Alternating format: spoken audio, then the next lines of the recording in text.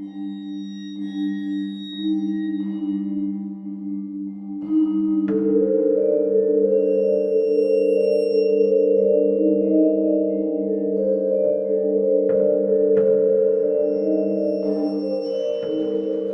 hello, and welcome to Aldente Rigamortis.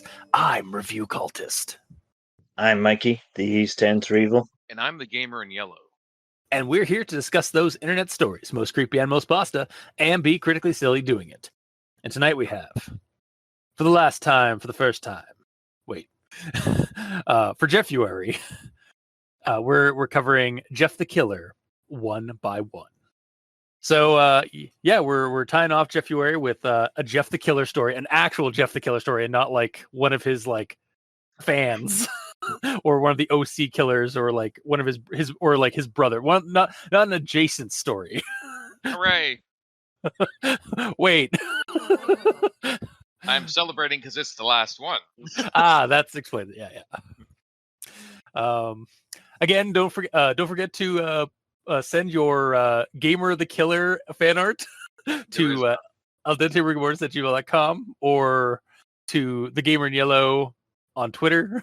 I know, sorry. Okay, I learned it from watching you, Gamer. Oh yeah, that's how it is. But we're doing Jeff the Killer one by one. It was originally by DocotrBleed. But the version we're reading is an edited version by Doros70. And that's on Fearfic.Fandom.com/wiki. I believe the original one is on Spinpasta.Fandom.com.wiki. Yes, it is, because I just clicked on it. Yeah. So you can check it out there. As far as I know, there's not much differences. Like there's no like dramatic differences. I think they just like they edited it like for like issues and stuff like that. So yeah, before we dive too farther deeper into this story, let's do our initial recommendations. I will actually recommend this one. I will also recommend this one. Wait, what? That's interesting. I will partially recommend this one. I'm very curious why Mikey likes this. I too am surprised and curious. Well, let us all find out together, starting with the rundown, featuring Keith. So Keith Moore, one of the bullies of Jeff Woods, is in a mental institution recounting and presumably writing down the guilt and horror of how Jeff became Jeff the Killer. You see, Jeff was this quiet goth kid that latched on to Keith's group of friends, Troy, Randy, Lisa, and Katie. And despite being the butt of every joke and prank and the group generally not liking him, he stuck around and thought they were his friends. Jeff's home life was pretty shit. His mom was an alcoholic. His dad left them when Jeff was younger, hence why his mom's an alcoholic. And his brother Lou is in juvie. Eventually, Keith and his friends got really tired of Jeff and decided to scare him away for good. So while Lisa wasn't around, because Lisa was actually one of the few people in the group that actually cared about Jeff and hated that they tortured him the way they did, they took Jeff out to a cliff and threatened to push him off into a pit below. They weren't actually going to do it. It was just a prank to try and scare him away from them, to finally threaten him to leave them alone and such. It all went horribly wrong when Jeff, finally feeling quite betrayed, pulled a knife out, and Katie, in a panic, pushed Jeff off the cliff for real. Worried that they were going to get caught and sent to and get in trouble and stuff, obviously, they drove off, leaving Jeff's body in the pit. A search party went looking for him as he was declared missing sometime later, but they never found him. A week later, Keith, feeling intensely guilty, went back to the pit and found Jeff's body broken and still in where it had landed. But as he was taking some mementos off of Jeff's body, like a a photo of his family, of Jeff's family, and some other stuff. Jeff came to. Turns out he had survived the fall, but had been paralyzed this whole time and stuck down there for a week. In a panic, Keith smothered Jeff till he truly died, begging him to go to sleep. Years later, and Keith starts seeing Jeff as he was that fateful day. And that's when the troubles really started. First, Lisa was attacked and survived long enough to talk to detectives and media and give a description of Jeff before succumbing to her injuries in hospital. Then Troy, Lisa's brother, was attacked while he was preparing to fight Jeff for when he came for him. There wasn't much left of Troy when Jeff was done.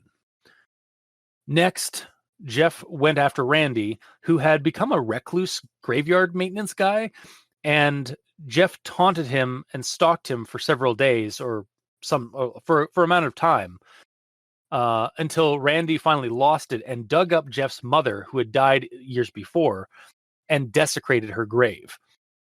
Jeff beat him up, cut off his dick, and tossed him into Jeff's mother's empty coffin before burying him alive.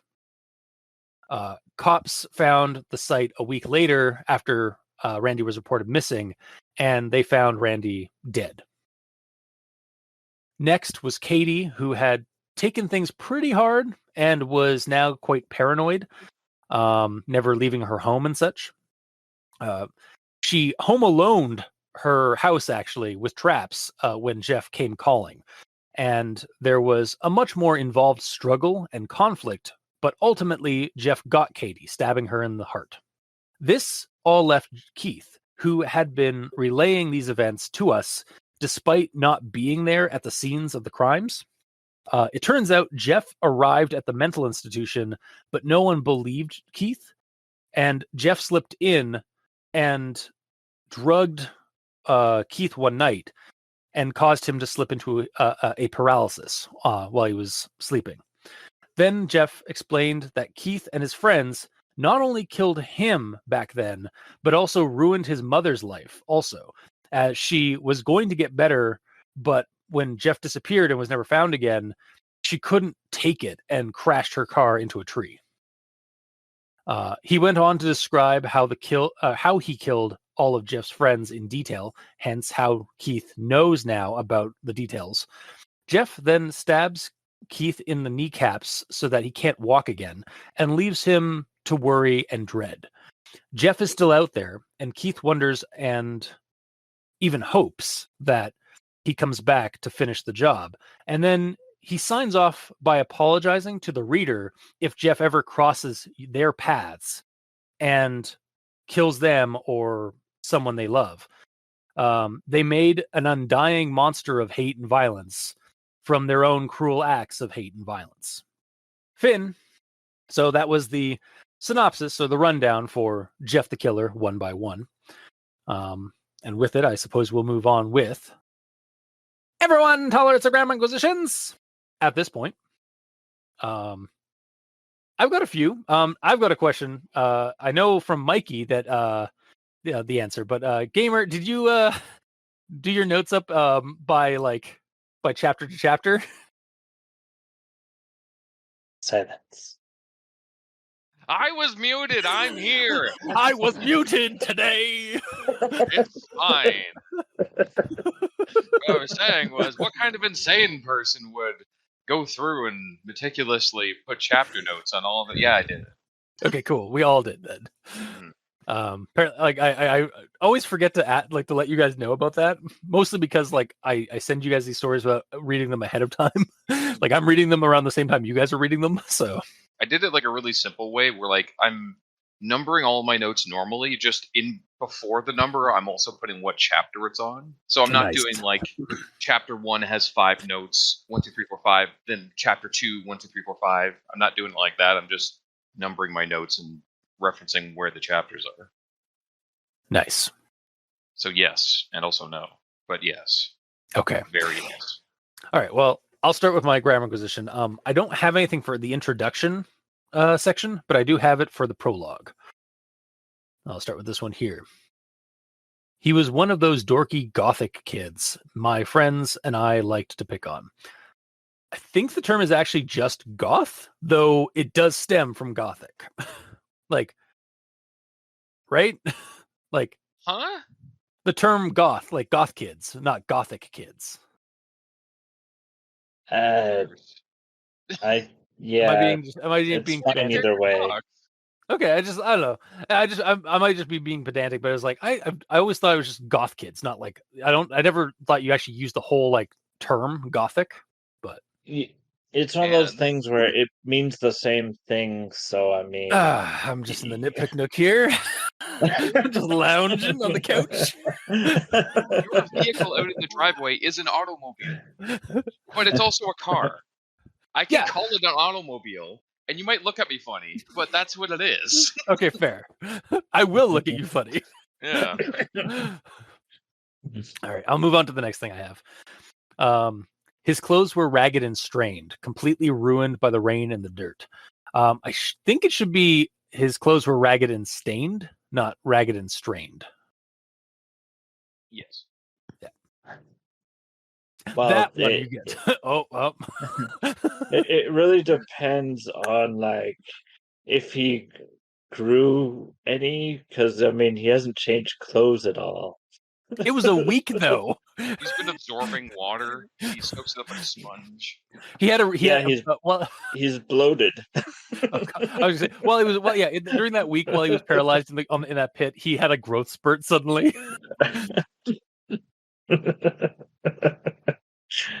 All right. But yeah. Yeah, saying stained makes it make more sense. So yeah, we'll give you that. Thanks. I appreciate that. All right, I'll move on to the next one here. I almost thought putting my hand on the thing would give me third-degree burns. Before I could take something else, Jeff's body started to move. I feel like there should have been more emphasis on this.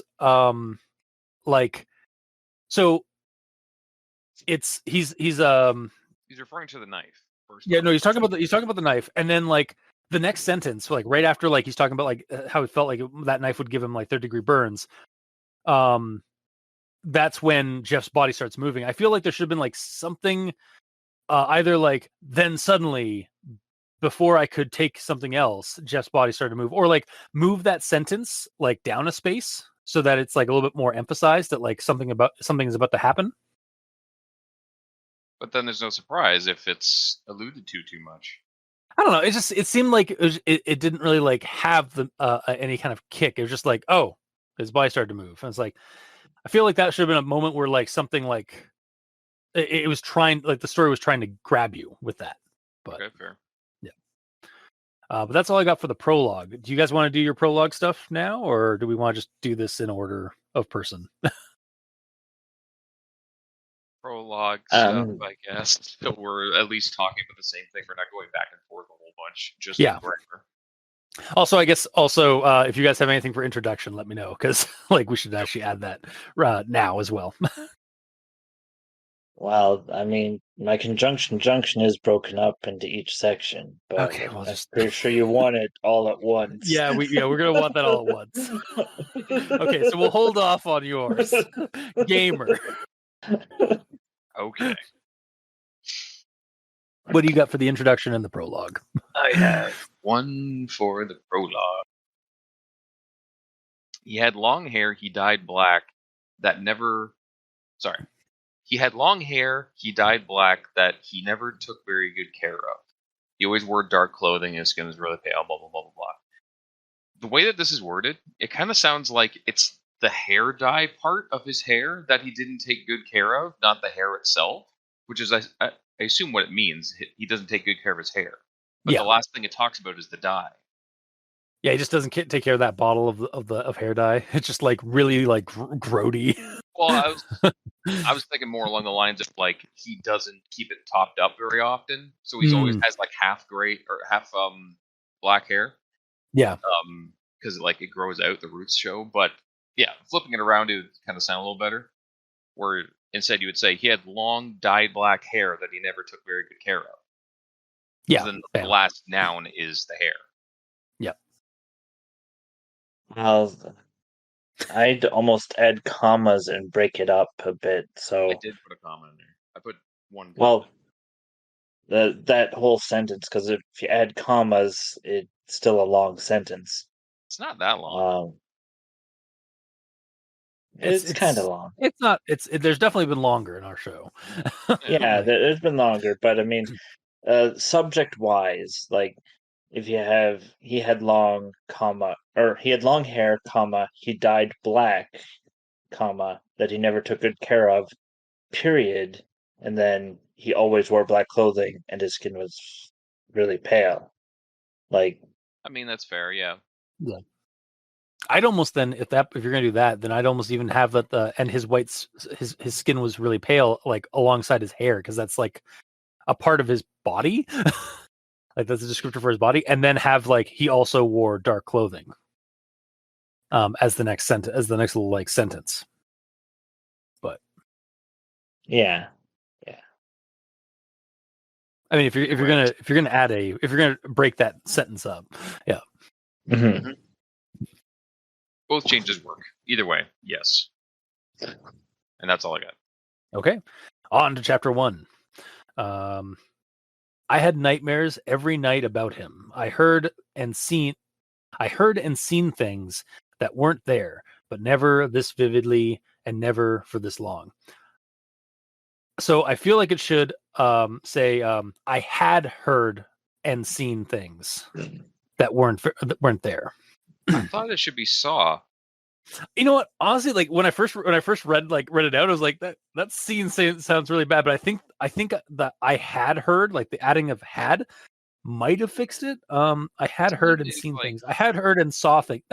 I heard and saw. Yeah, I heard and saw things actually works better too. Yeah. Yeah. I would accept either like I had heard and seen things, or I heard and saw things, as the proper as a correction for that. Mm-hmm. Yeah, that's a good catch there, gamer. I did it. Yeah. What? I was referring to fishing. How many pounds is that catch? Like 2. Nice. I'll take it. But yeah, I guess gamer. Do you have anything for chapter 1? No, you got it. Okay. Does anybody have anything for chapter 2? No. Yes. Okay. I don't have anything. That's why I'm asking. I don't have anything for chapter 2. Oh, I got something for chapter 2. Oh. It's like, I don't know if it's a note or not, but like I'm here because the grammar was a problem. Yeah, they go for it. Yeah. Like there was a lack of description. Okay. To the point that shit happened. So, is it in regards to like the scraping on the glass, when he's like doing his first kill situation? Yeah. So there's like scraping on the glass, and Lisa was hearing this at like 4 a.m. and all that. Yeah. When I first read this, I wrongfully assumed a number of things. Mm-hmm. First, that Lisa left the party at 4 a.m. to walk home. Yes. Second, that the sound was moving from house to house behind her as Jeff followed her. These are the things I wrongfully assumed. Yep. This came to be because it says that she, quote unquote, stayed too late, and then immediately doubles down with saying it was about 4 a.m. And then it immediately goes to describe the outside, how it's super dark, even with the lights on, etc. Like, I know. Yeah, let me finish. Yeah, no. Yeah, I know nothing about the party that she's at, the people there, but I have a clear visual of outside. That's how I immediately assumed that she left the house. Yeah. When it came to the glass, I at first assumed that the scraping sound was because he was following her, because she was walking home, because it's 4 a.m. She stayed out too late. She said that by her own accord. And her, quote-unquote, following the sound was her turning around to one of the houses that she recently passed. Nope. But then it gets to bringing up that she found the sound at, quote-unquote, a dark room at the house, like it's a house that was referenced already. In hindsight, it was the party house, but regardless, assuming that this made me okay, hang on. Assuming all of this made me need to question this so much when I reread it. Sorry. Assuming all of this made me need to question this so much that I had to reread all this. And in doing so, I went, okay, maybe the sound wasn't following her. Maybe it was a single location that she tracked down. But the house in question isn't described at all for some reason. Also, she just lets herself into this random house, into this dark room or whatever. So once again, I'm like, what the hell is going on here? So I decided to go way the fuck back and restart this whole section. Oh, hello. But read it slower, and actually, like, it had finally clicked. She was still at the party. The dark room is in the party house. Yes. But why the hell is no one else doing anything about this loud ass sound? Like, she isn't bumping past a couple of people who are peeking into the dark room. It's like she's in this house alone, having this party with her imaginary friends. Yeah. Like, even if people are drunk or sleeping, the sound of glass scratching, which, and I quote, was echoing through the block, would wake or annoy anyone in that house. Yeah. There is so little life in this scene that it made me... I'm not done. There's so little life in this scene that it made me assume she was outside in the dead of night. That's the problem here. And I bring this up in grammar because there's fundamental details that are missing here. And on writing this, I'm assuming... Okay, first off, me writing this, I'm assuming I'm the only one who ran into this problem. No. No, I had the exact. I put it in my actual thoughts, but there was a moment where it was in my grammar inquisition. Yeah. But yeah, no, I had the exact same problem because I was like, why is there a house suddenly in the middle of the street? Yes, I was very confused. Yeah. Because I assumed it was only me. I'm glad it's not only me, but regardless, the fact that someone can accidentally have a completely backwards ass view to what this scene's trying to describe shows how much that the grammar needs to be fixed here. That actual, like, writing needs to be fleshed out a lot better because everything can be overlooked so easily. Yeah. Yeah, no, this scene, like, really just, like, it fell up some stairs really hard. Yeah, pretty much. Like, every single step. Because, because, like, the way you're describing it, like, I want that more than what I like. The idea I had, where it's just like this should be describing her, like, instead of going into a dark room, maybe going down into the darkness between two houses or something like that, or to investigate the noise. But like, I like yours way better than my idea, so like, I'm keeping that. What's my idea? Of actually having it at the house, like, that's how what it's supposed to be. Yes, and now that you've pointed that out, it makes so much sense because, like, my idea, like, when I read this part, was just like that. I had the party house was gone. Like, it was back there down the street. Yeah. Like, it was like she's walking home down the street when she starts hearing the noises. Oh, I see. And then, so it never clicked to you that it was actually in the house the whole time. Yeah, I thought it. I just thought it was very badly like described that she was suddenly in a house. Yeah. But yeah, yours makes so much more sense, and I think, like, that there should be some. I agree. There should be some enhancements and some elaboration on, like, the situation of the house. Like, is it just like the person that hosted the house party that's still like that's asleep upstairs, or like whatever, or maybe she's been killed or something? Yeah, I don't know. There's so many ways it could go, and it doesn't take any of those ways. No. But the too long didn't listen option to my note here is don't describe the outside at all, because it has nothing to do with the scene. All it does is add confusion. Yes. Also, add something to describe the inside of the house, like people, or like anything about the inside of the house, because literally the only thing I know about this house is that there's a dirty window in the dark room. Yeah. And that's it. Mm-hmm. That's my longest grammar. No, but it's 100% valid, because it was like, wow, like, yep. It makes that whole scene fall apart because there's no description. Yeah. But yes, that's my chapter 2. Okay. All right. Then I'll move on to the next thing I have. Does anybody have anything for chapter 3? Because I don't. I don't have anything. No. I don't have any until 5. Okay, I have one. I have some stuff for chapter 4. So, but any plans Jeff might have gone. But any plans Jeff might have had gone. Oh, okay. There's two grammar. I'm just realizing there's two grammar issues in this sentence. I didn't catch the first one. It's different when you read it aloud. Yeah. So, but any plans Jeff might have had gone right out the window the moment Randy defiled his mother's grave. Okay, actually, I think the problem is still like the original thing I had. So, but any plans Jeff might have had went right out the window instead of gone right out the window. Yeah, because that was what was hurting me right there. Because it was like, because I like, but any plans Jeff might have, because the might have is like the compound word of might and have. So it was like, so it should have been like, but any plans Jeff might have had gone, and then comma, had gone right out the window, or keep it as is and replace the gone with went. Yeah, to fix it, so yeah. The went makes more sense because people laugh when you do had. Yeah, or have had, like, kind of stuff. Yeah. So. Okay. Yep. And actually, that is the only thing I had for chapter 4. Looking at my notes, so chapter 5. Okay. So, yeah, I have a few more in chapter 5. Apparently, that was what I was seeing here.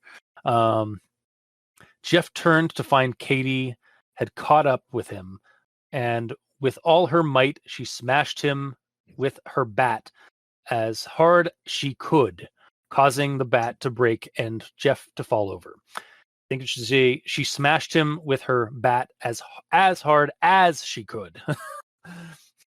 As hard she could is the wrong thing in there. Can't get away from the caveman speak. No, it never. And then the next one I have here, Katie turned around and tried to run away, but Jeff managed to quickly catch her up. I think it should be catch up to her. Is catch her up a term? Am I in the wrong on that? Like, have you guys heard of? I haven't heard it. Yeah, I mean, it might be like a local dialect thing, but like to me, like I think it should be catch up to her rather than catch her up.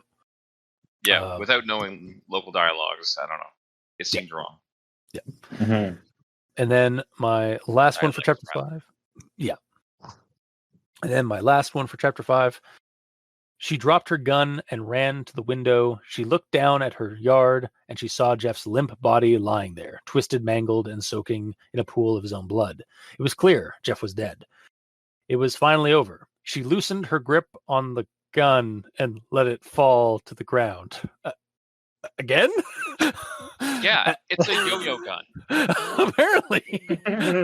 At first I was annoyed that she dropped the gun and didn't keep it with her, because why wouldn't you? Because that's like a classic like slasher victim like issue is to drop the weapon you just used on the slasher.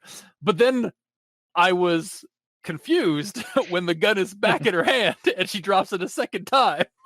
Yeah, she's that much of a stereotypical victim in a horror movie that she doesn't just drop the weapon once; she drops it twice. Yeah, exactly. But no, do you know what she actually does?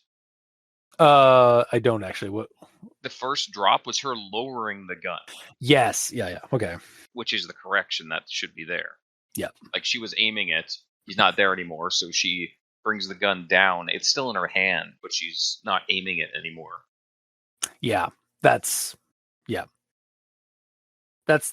she lowered her gun. Don't drop the gun. Dropping has a different connotation. Yeah.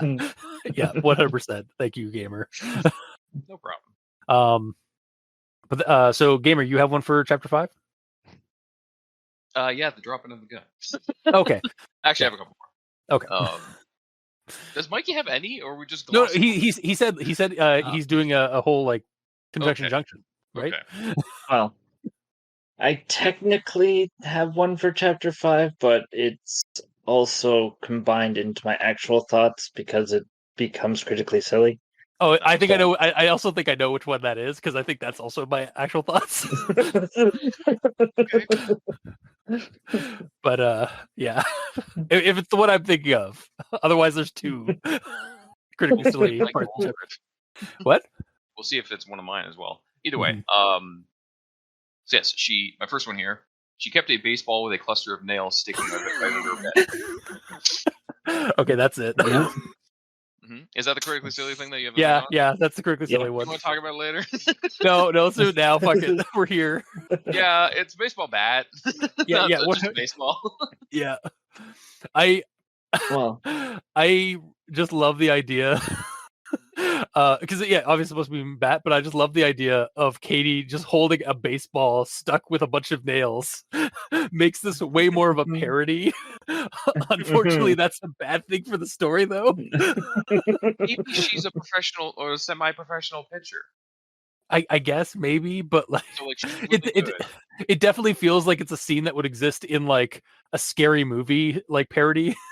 Yeah. Like instead of like grabbing a baseball bat by your bed, you grab a baseball full of nails and just like ready to like whip it, like just like, oh motherfucker, I'm junior leagues, motherfucker. Yeah, exactly. Yes. Yeah. Okay, so that was also the same one. Yeah, it just needs to specify it's a baseball bat. Yes. But the baseball is pretty funny. Yep. Indeed. Hmm. And then what else do I have? This one. This is in regards to her dying. Mhm.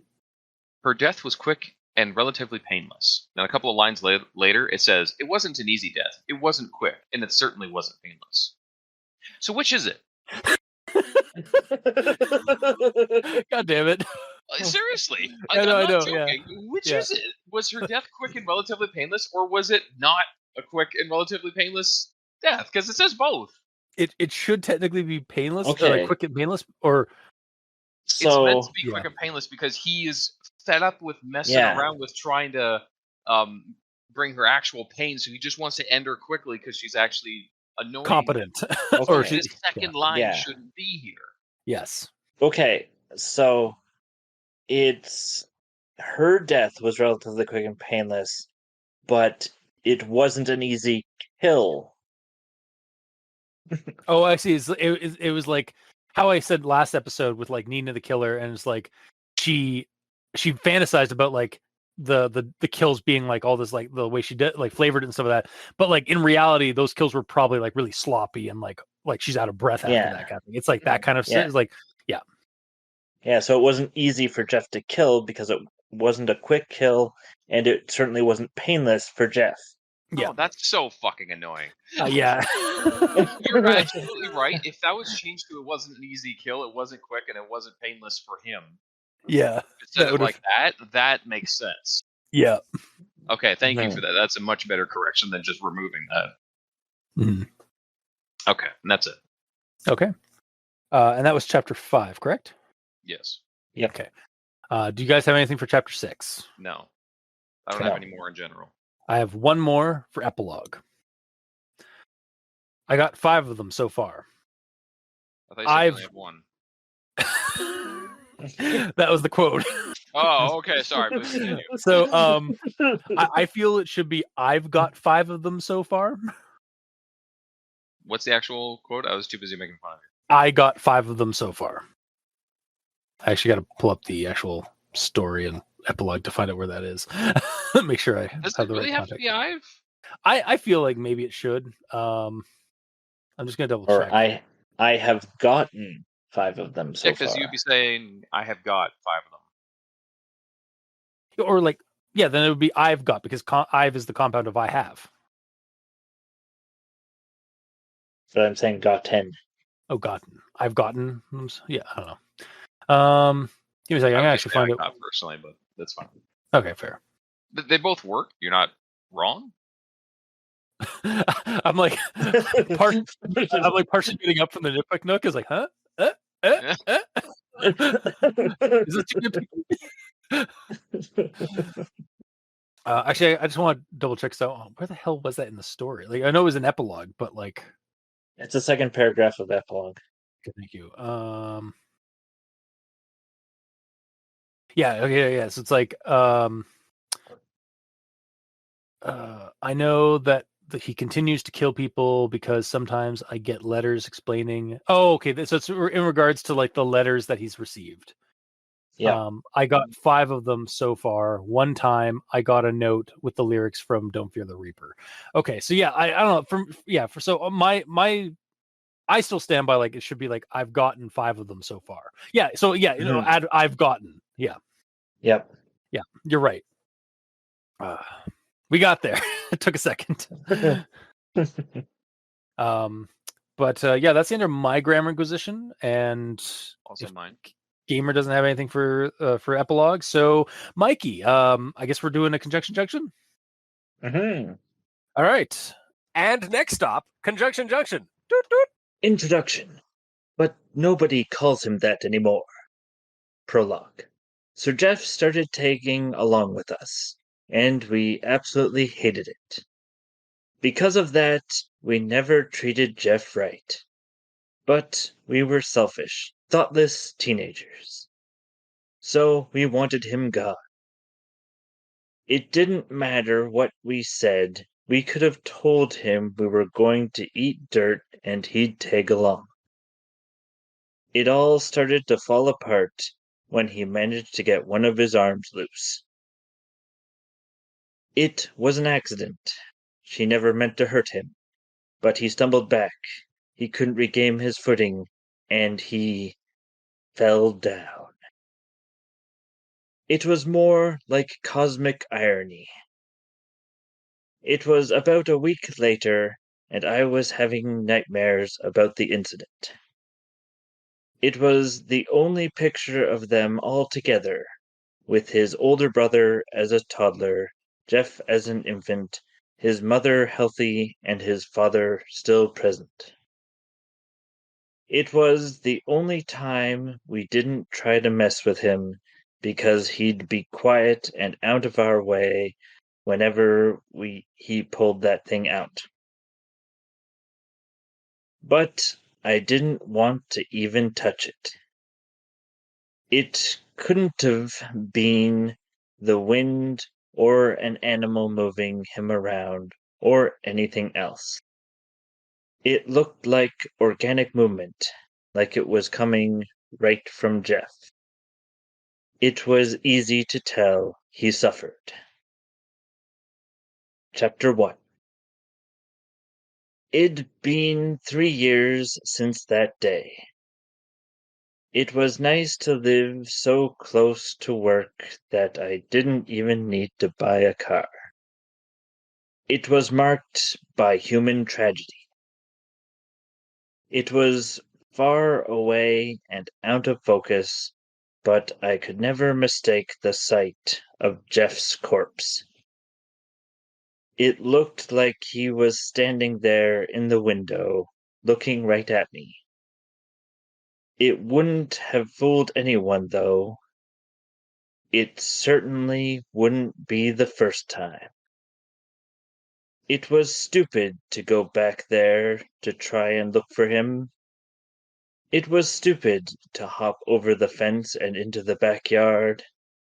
And it was really stupid to poke my head in and look around. It was a deep, raspy voice. It practically growled at me. Because of this, I had the misfortune of seeing Jeff one more time. Chapter 2. But she was the first one he hurt. It was about 4 a.m, and the whole neighborhood was dark. It would stop completely and start up again, even changing directions a few times. It doesn't work that way in real life. But it didn't matter. Chapter 3.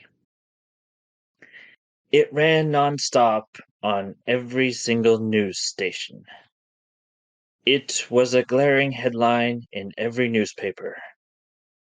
It was the frightened words on everyone's lips. It was 3 weeks after Lisa's death. It became obvious that Jeff wasn't there. Chapter 4. It's not like we were any better than he was. But Jeff was real. There was no denying it. But even with all the horrible things Jeff has done, I still don't think what Randy did next was right. So Randy decided to do something he thought would really piss him off. It was past midnight, and the graveyard was shrouded in an ugly fog so thick you could cut it with a knife. It'd been years, but you never forget your own mother's face. But any plans Jeff might have had gone right out the window the moment Randy defiled his mother's grave. It didn't stop Randy from running his mouth, even when Jeff was holding his knife to Randy's throat. It was the last time he'd ever look human. But he still had the strength to scream at the top of his lungs. Chapter 5. But even before the killings, the instant had already broken Katie. So when she saw Jeff standing outside her window one night, it only made her already awful situation 1,000 times worse. So when she heard a loud banging noise coming from her basement in the middle of the night, she was already awake and prepared. It was hard for her to lift the thing because it was so heavy. She couldn't swing it all that hard, but it could still tear someone apart. But Katie wasn't daunted. But Katie was a bit more clever than Jeff had anticipated. As he lunged at her, she jumped out of the way, sending Jeff rocketing face first down the stairs and falling clumsily. It was the first time since he began tormenting us that he felt genuinely unnerved. But it didn't slow her down. She was able to flee upstairs like a bat out of hell. It'd been shattered, presumably with a desk chair or some other large object. It was clear that she was long gone. It was clear. It was finally over. But when she exited out the front door and looked to her yard, her heart sank when she realized he was gone. It wasn't an easy death. It wasn't quick, and it certainly wasn't painless. But in fighting to defend herself, Katie's fate was the least gruesome. It lasted about 4 minutes, with her reeling in pain and screaming as she fell to the ground, and Jeff stabbed her a few more times, but it was over once her eyes rolled back in her head. Chapter 6. So why should they've believed me when I started talking about him? But at the time, the police were still sorting the real murders from the copycat. But the pills weren't antipsychotics. It's like recalling a vision of hell. But nothing could come out, no matter how hard I struggled, because of you. It's not a miracle potion. You'll suffer, and it'll just take a lot longer for the pain to subside. So I'm gonna take my time and make your life a living hell. But don't worry, I won't let that happen. Epilogue. It's been a few weeks since Jeff's visit. It's only a matter of time before the paranoia and guilt destroy my mind, leaving me hopelessly broken. But he'd never be truly alive again. Finn. Wow. So I don't know about you, gamer, but I gathered 3 things from that entire thing that made me chuckle. What are those? First off was the fact that introduction is apparently Jeff's nickname that's not used very often anymore. Yeah. I can see why he doesn't use it too much. Yeah. The next one was in chapter 1. It was in chapter 1. When we talk about like when you mentioned that like Keith's job or like the route to his job is like it's just absorbed by like misery and so much death and misery has happened there. It's like, Jesus. Where does he work at a Walmart? Oh yeah. Or no, he works at a copy shop. So it's like, wow, that's a really shitty. Was that copy shop like built over like a graveyard or something? And then the final one that I had, like as I was listening, was in chapter 6 when it was about they weren't antipsychotics. The drugs weren't antipsychotics, and it was like glimpsing into hell. No matter how hard I tried, I know how hard I struggled, I couldn't let anything out. It's like, oh man, so it was like some kind of like really bad like type of laxative or something.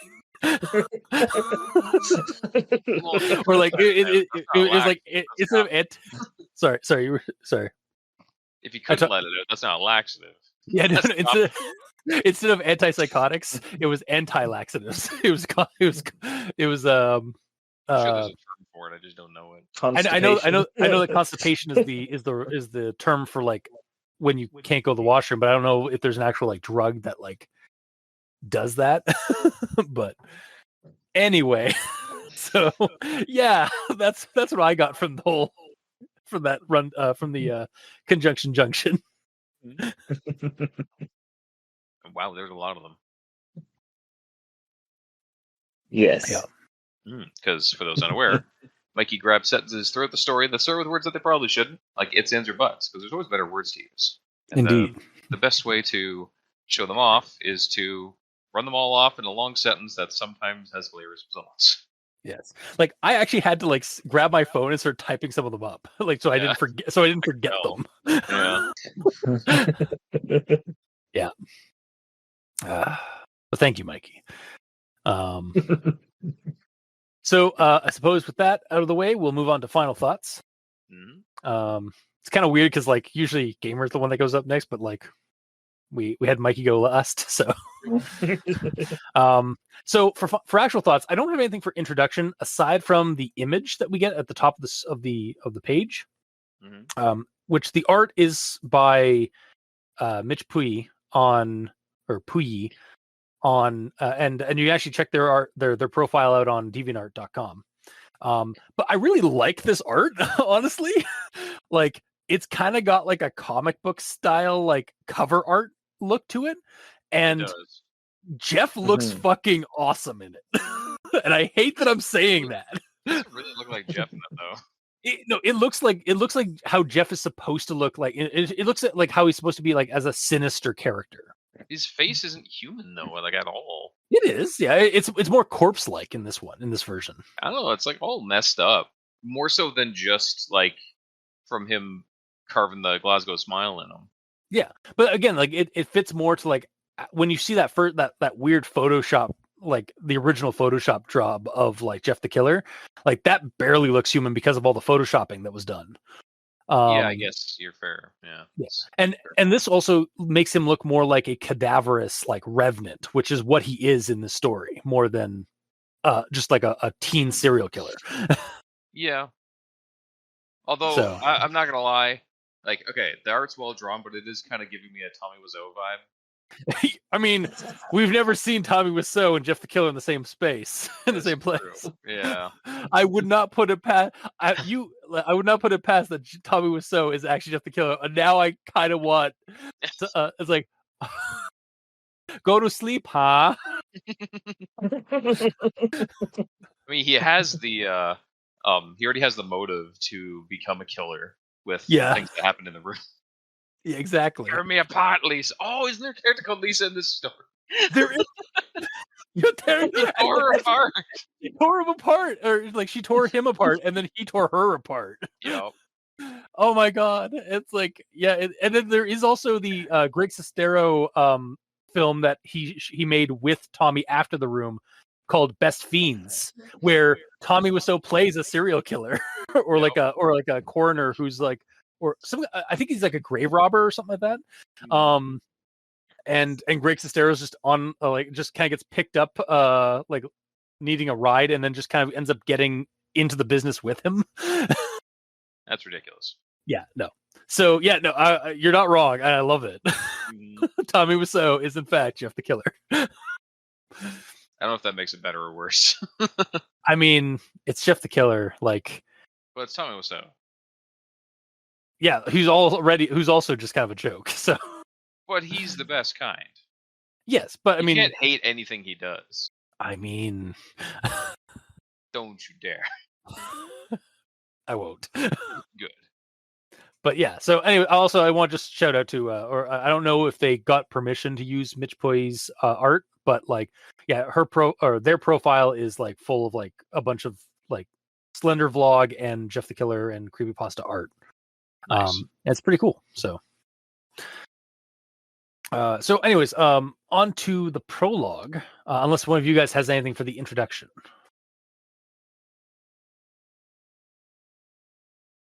I should take that silence as a no. Probably. It's probably safe. Mikey, are you muted? Or do you know that you're muted, or? Yeah, I got nothing for the prologue. Okay. Or introduction. Gotcha. Okay, so I will move on to the prologue. He was into various urban legends, black magic, and cheesy 70s music. I think that last thing was just a way to connect with his absent father, but I'll never know. His favorite song was Don't Fear the Reaper, a fact he would remind us of constantly, which was pretty annoying. How dare this story attribute Don't Fear the Reaper by Blue Oyster Cult with Jeff the Killer? That song is a treasure. I mean, yeah. But yeah. At least it's with a story that's not horrible. That's true. And it's not one of the real bad ones. Yeah. Also, I like how being in this mental institution has made Keith a senior high school student, or at least I guess it's a former high school student, because of it's been a couple of years since those events. It's made him very introspective. Because like that throughout the whole story, like he kind of like, you definitely get that sense that Keith is like completely regrets the stupidity and actions of his youth. I mean, when you look around, you just see the padded walls. It's like, I think I could have avoided I this. made some poor choices in life. Yeah. Yeah. And then we get this part here. He had enough common sense with us that he could fit in all right. We all liked the same movies. We had similar tastes in music, and we even had a lot of similar hobbies. Wait, you just said earlier that his taste in cheesy 70s music was silly and it made him a dork. Yet you guys had the similar taste in music. Yeah, he's also a dork. Yeah, I guess also like he wouldn't stop talking about like his favorite music and stuff. So maybe that's what kind of like made him, like, what annoyed them about it. Not that like they had the same like interest in music. Yeah, like you can like the song Black and Yellow as much as you want, but if I told you every single day how much I loved it, you would hate it. Yeah, that is true. I will move on to the next thing I have here. It didn't matter what we said We could have told him we were going to eat dirt and he'd tag along. He was like a dog in a way. He was very excited to be with us, always very loyal and even pretty obedient. He'd eat bugs if we told him to. I really do regret how we treated him, even after what he turned into and all the horrible things he'd done. It's almost like if you beat up a dog, or if you beat a dog down long enough, no matter how loyal they are or how obedient they have been, they will eventually lash out. Maybe you shouldn't fucking treat people like this or dogs. Honestly, as sad and tragic as this telling of a tale is for Jeff the Killer, it's a pretty interesting take for the Jeff bully relationship that we get in the Jeff the Killer origin stories. Like, I don't think we've had one where like he does kind of become friends with the bullies, or he becomes friends with one of the bullies, and then it turns out to be like a ruse. Yeah. But this one is like also just really it's sort of like, personally it's kind of relatable but also kind of tragic, because like it didn't happen this way for me growing up, but like I remember like getting into a group with a group of hanging out with a group of friends who like initially they were annoyed by me, and then eventually they warmed up to me. So you didn't have to eat dirt though. No. Or and you guys never like threatened to push me off a cliff. Hey, I thought you were gonna get. You're gonna not. We did talk this time. We did kind of talk about that that friendship like last time. So, I know. Yeah, but yeah, it's fine. You guys weren't like like these guys. No. So moving on to the next thing. I'll never know how it happened, but no one ever found Jeff's body. He was declared missing, and the authorities searched for him, but the investigation ended with no evidence. I guess they didn't think about checking the pit. I'd say we all got lucky, but after the events that transpired years later, calling it luck is a gigantic misnomer. And so reading this story, like reading this bit, I was like, I'm kind of getting some I Know What You Did Last Summer kind of vibes in a way. Like that's kind of what the story is. It's sort of like how like sort of the same tropes as that kind of like karmic slasher film or slasher story telling kind of like was tossed into this Jeff the Killer story. Like the bullies created a revenant basically from one of their victims, and that victim turned into a monster that karmically goes after them and kills them. It's also Jason. It's Jason. Yeah, you're right. It's Jason. Hell, it's I Spit on Your Grave. Even like the woman in that, like who's left for dead after being raped and left for dead and such. She comes back and basically just like goes after all of her abusers. So yeah, it's using that kind of like karmic horror for the Jeff the Killer thing, rather than simply like making the character. And we're seeing it from the victim, from the bully's point of view, rather than from Jeff's point of view. So like Jeff doesn't. We're not in Jeff's head in this one. We're in the victim who's also the old bully. Every time we see it from Jeff's perspective, it paints the bullies to be monsters, and they may not be that bad. Yeah, kind of like how the Nina the Killer story was, where like things weren't as bad as she was actually seeing it. Yeah, we're seeing it from a new set of eyes, basically. Like we're in this case, and I like that. And then the next thing I have here, he liked to draw knives, skulls, scribble little musings, write down song lyrics he liked, and he even doodled Slenderman a few times. So at this point in this story, as I'm reading it, I'm like, I don't know how Jeff gets reanimated, and really, we never kind of find out how he exactly got reanimated. He's just a ghost, like he's a ghost born of hatred, because of what the kids did. So I guess that could be like the catalyst for why he reanimated. But with they mentioned Slenderman, so I'm going to speculate that wouldn't it be cool if that's how this version of Slenderman was resurrected? Was like Slenderman. He was Jeff the Killer, not this version. Yeah. Jeff was resurrected by the Slender Man. Is what I'm trying to get at here. Slender Man. Because like he was drawing, Slender Man was a friender man to Jeff the Killer. Which is funny because like I think a few years ago we read a story where Jeff was fighting against Slender Man, but because like he was drawing Slender Man in his sketchbook, and then the bullies left him for dead in what sounds like the outskirts of town near a forest, which is clearly Slender Man's territory. So, and then we get this bit of information, which had another level of like, to like how he got resurrected for me. I couldn't bring myself to take his knife. Looking back, it was the only thing I should have taken, but I didn't want to even touch it. Something about that thing seemed evil, like it was burning with it. I almost thought putting my hand on the thing would give me third-degree burns.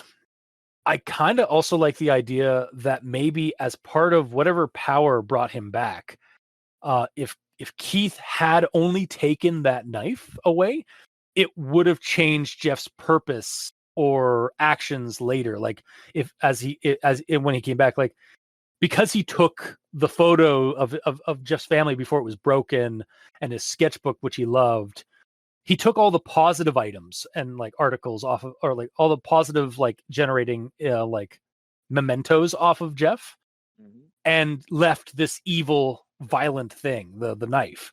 And so that's why Jeff actually became a revenant. That being said, he gets all those items back at the end, and he's still killing people. That's true, yeah. But he is also like when he does get those items later, he's also there are moments of pause when he looks at the image of his family and sees that he's so at that point it's too late. But if Keith had taken the knife, maybe he wouldn't have been such a vengeful spirit. Yeah, because his like resurrection programming, whatever, would have been set up differently. Yeah, because it doesn't it wouldn't have had a source of negativity to it. Also the knife kind of like screams that like maybe the knife is what brought him back. Like maybe because he had a collection of knives, so maybe like he bought one off eBay that was actually cursed.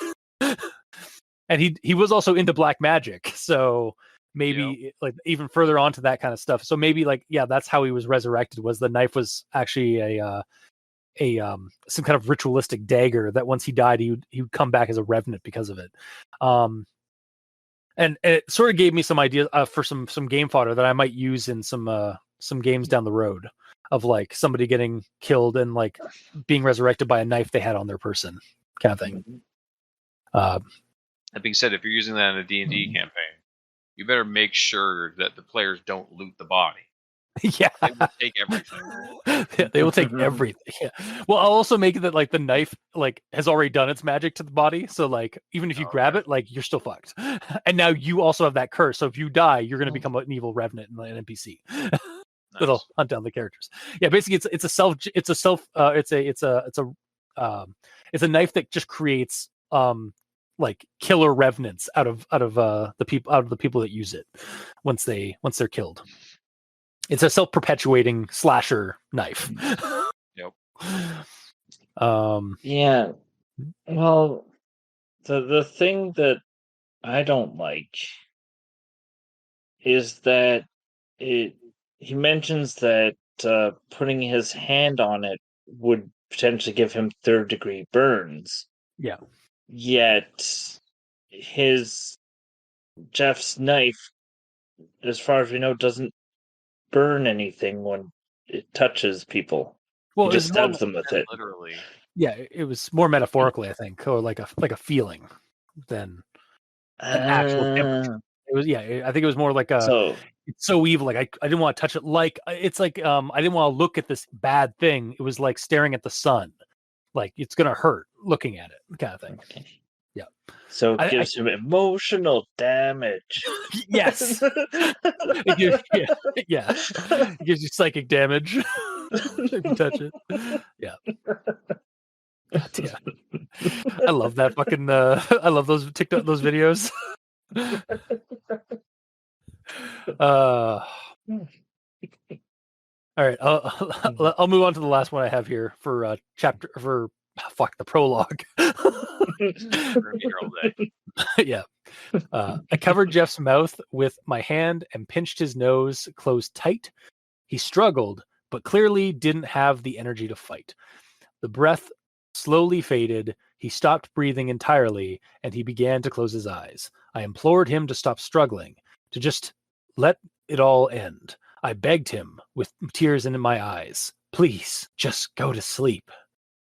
I really like how this story explains Jeff's signature line. It's a shame that he doesn't use it more often in the story, or at all in the story. But I like how this would be this is the inception of why he starts using that line. Yeah, he might be using this on all the other non-bully kills for all we know. Yeah. So yeah, I really liked that that Keith is the reason why keep saying that is the reason why this new version of Jeff has that line, and it actually explains it. Okay. Yes, Mikey. But what if? And I'm just having this realization. What if Keith is Jeff the Killer? What? Because he uses the signature line, just go to sleep. And then how else is he getting all this information about all the very hang on. Yes, it does explain at the end. But I understand he is also in a psychological institution. Yeah, I kind of like that he was Jeff the Killer the whole time. It's like a Jekyll and Hyde situation, or yeah, like maybe from the guilt and grief he had for Jeff, either psychologically he created a murderous identity based off Jeff, or the spirit of Jeff transferred into his body, and is yeah, it's Keith the Killer. It's Killer Keith. Yeah. I actually had that similar, because for Katie, where it's like Katie or Killer Killer Katie or Katie the Killer. But yeah, no, I kind of like that idea. Not gonna lie. And I do have something honestly, I'll say that it's cooler than what we got. I'll say that. I mean, I like the Revenant stuff, but yeah, like that would definitely be an interesting take. Especially, I don't want it to be like they just psychologically turned into the monster. I want it to be like that, like the spirit of Jeff has possessed Keith, and that's why he all that killing and so that. But that's all I've got for the prologue. Do you guys have anything for the prologue? Nope. Probably. Okay. Would you like to share with the class? No. I'll be here all day. This part's really quick. I remember Troy once told him to drink a whole thing of bleach. I saw that as a nice callback to the OG story. Yeah. The bleach situation. And then in regards to Keith's writing, for him being institutionalized and from being afraid of Jeff, and that Jeff is coming to kill him, his writing is pretty calm and clean, and the writing is way too rational and chill. I feel there's no paranoia in it at all. Just oh, I shouldn't have done this anyways. So this happened. I mean, sometimes that is the case with patients at a psychiatric home. They only have fits and stuff like that that are, or sometimes it's not as noticeable as others. Yes. I kind of saw that with the way he's acting in the places. He's becoming a lot more self-reflective and introspective about the situation and such. That could have been part of his damage. His emotional damage. Yeah. Okay. Then we move on to when Jeff was down at the bottom of the pit, and Keith goes down there to loot his corpse. So Jeff died, and he was left alone at the bottom of the pit for a week. And it's said that it rained on him at least once over that week and all that. Yeah. And I know the MP3 player that he had on him wasn't necessarily external. It was probably in a pocket or something, but being soaked by dirty rainfall I feel like it would wreck it. You wouldn't be able to just pick it up and turn it on. Okay. Yeah. Plus, the battery might have died over that week. Okay. Yeah, so he wouldn't be able to. Well, he might be able to pick it up and turn it on, but that's when it's gonna stop working. Yeah. Because it'll short down. If he took it, didn't turn it on, and let it dry, then it has a higher chance of working. Well, didn't it also like as soon as he picked it up, like he could hear like "Don't Fear the Reaper" playing, or was that as soon as he turned it on? He turned it on to see what the last played song was, and it was "Don't Fear the Reaper." Ah, okay, yeah. But he did that like outside there. He didn't dry it off. Yeah, no. It didn't even mention that it was wet, and he like wiped it off. He just picked it up and it's fine. Yeah, like Jeff's.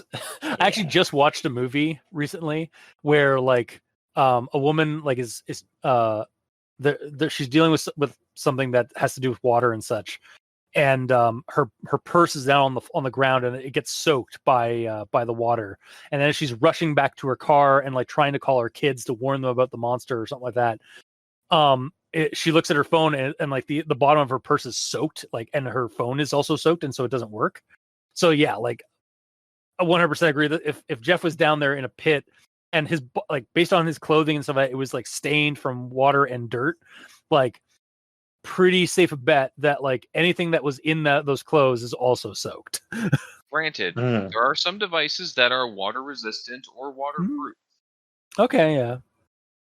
But the odds that he had a waterproof MP3 kind of slim to nil. I actually think my first MP3 player was one of those waterproof ones. I think.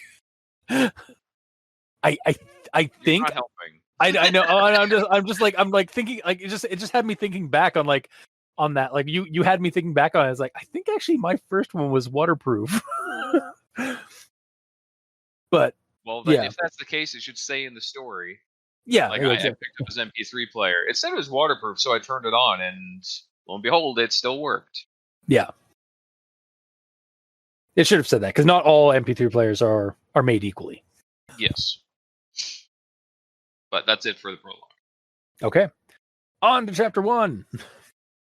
How far are we in this recording right after 1? To be fair, I only have like a couple per chapter, and like one of them I don't even have a note for one or two of them. So, so chapter 1. It was far away and out of focus, but I could never mistake the sight of Jeff's corpse. It looked like he was standing there in the window, looking right at me. Against my better judgment, I approached the old house and looked inside. I could have sworn I saw him. He was standing all the way in the back of the house, but I could recognize him clear as day. I feel like this needs to say that Jeff moved away from the window as Keith approached, moving deeper into the house. Because my first impression here was that he saw Jeff through the window on the other side of the house from the window, which I am assuming it was an unlit interior and that it's daytime when as outside as Keith is walking around. So, and I just went, no, that's very unlikely given window reflection and lighting and such. Like you're not seeing somebody through a window, like unless they're right at the window, which it does say, but then he gets over to it and there's no transition of Jeff being on the other side of the room, basically. So yeah, and it goes from being far away and out of focus, and then recognizing him clear as day. Yeah, like that. It's one of those. Yeah. It does also say, I don't know how, but I can recognize the features as clear as day. Yeah, and this sort of is like one of the first like hints that like Jeff is some kind of supernatural presence. So it could be like, I don't know how, maybe magic. Or maybe it's Maybelline. Jeff finally started finally keeping his hair nice. Yeah. But so yeah, like I also always just glance over like the it wasn't in focus, but I somehow was able to see it clear as day, like trope, because that's a trope in creepypasta like that's so common. Trope in that everything, like even horror Yeah. movies and stuff. yeah, because it's like as soon as you get like super scared, like everything is hyper focused, your eyeballs zoom in. well, yeah, and actually that is something that does kind of happen when you have that reaction, because the adrenaline kicks in, you become more alert of your surroundings, or you tunnel vision. Everything goes into like bullet time mode, so like you can see it for longer than you normally would. Yeah. But yeah, it is still a silly trope in horror. Yes. And yeah, I think this just needs that, like, there's just to have a little, like, a single, like, little description of Jeff moving away from the window as he approached. That's all that needs to be here. And the next thing I have, I made it all the way to the far corner of the next block over before I stopped to catch my breath. Jeff was nowhere to be seen, but I knew he hadn't left. I couldn't see him, but I could feel his eyes on me, like they were burning holes in my skin. And to this, I was just like, so Jeff is a ghostly revenant. Cool. No, really. That's actually a kind of a cool idea. I like it. I was here for it. is that Jeff is actually we're actually getting a Jeff that is blatantly an undead revenant.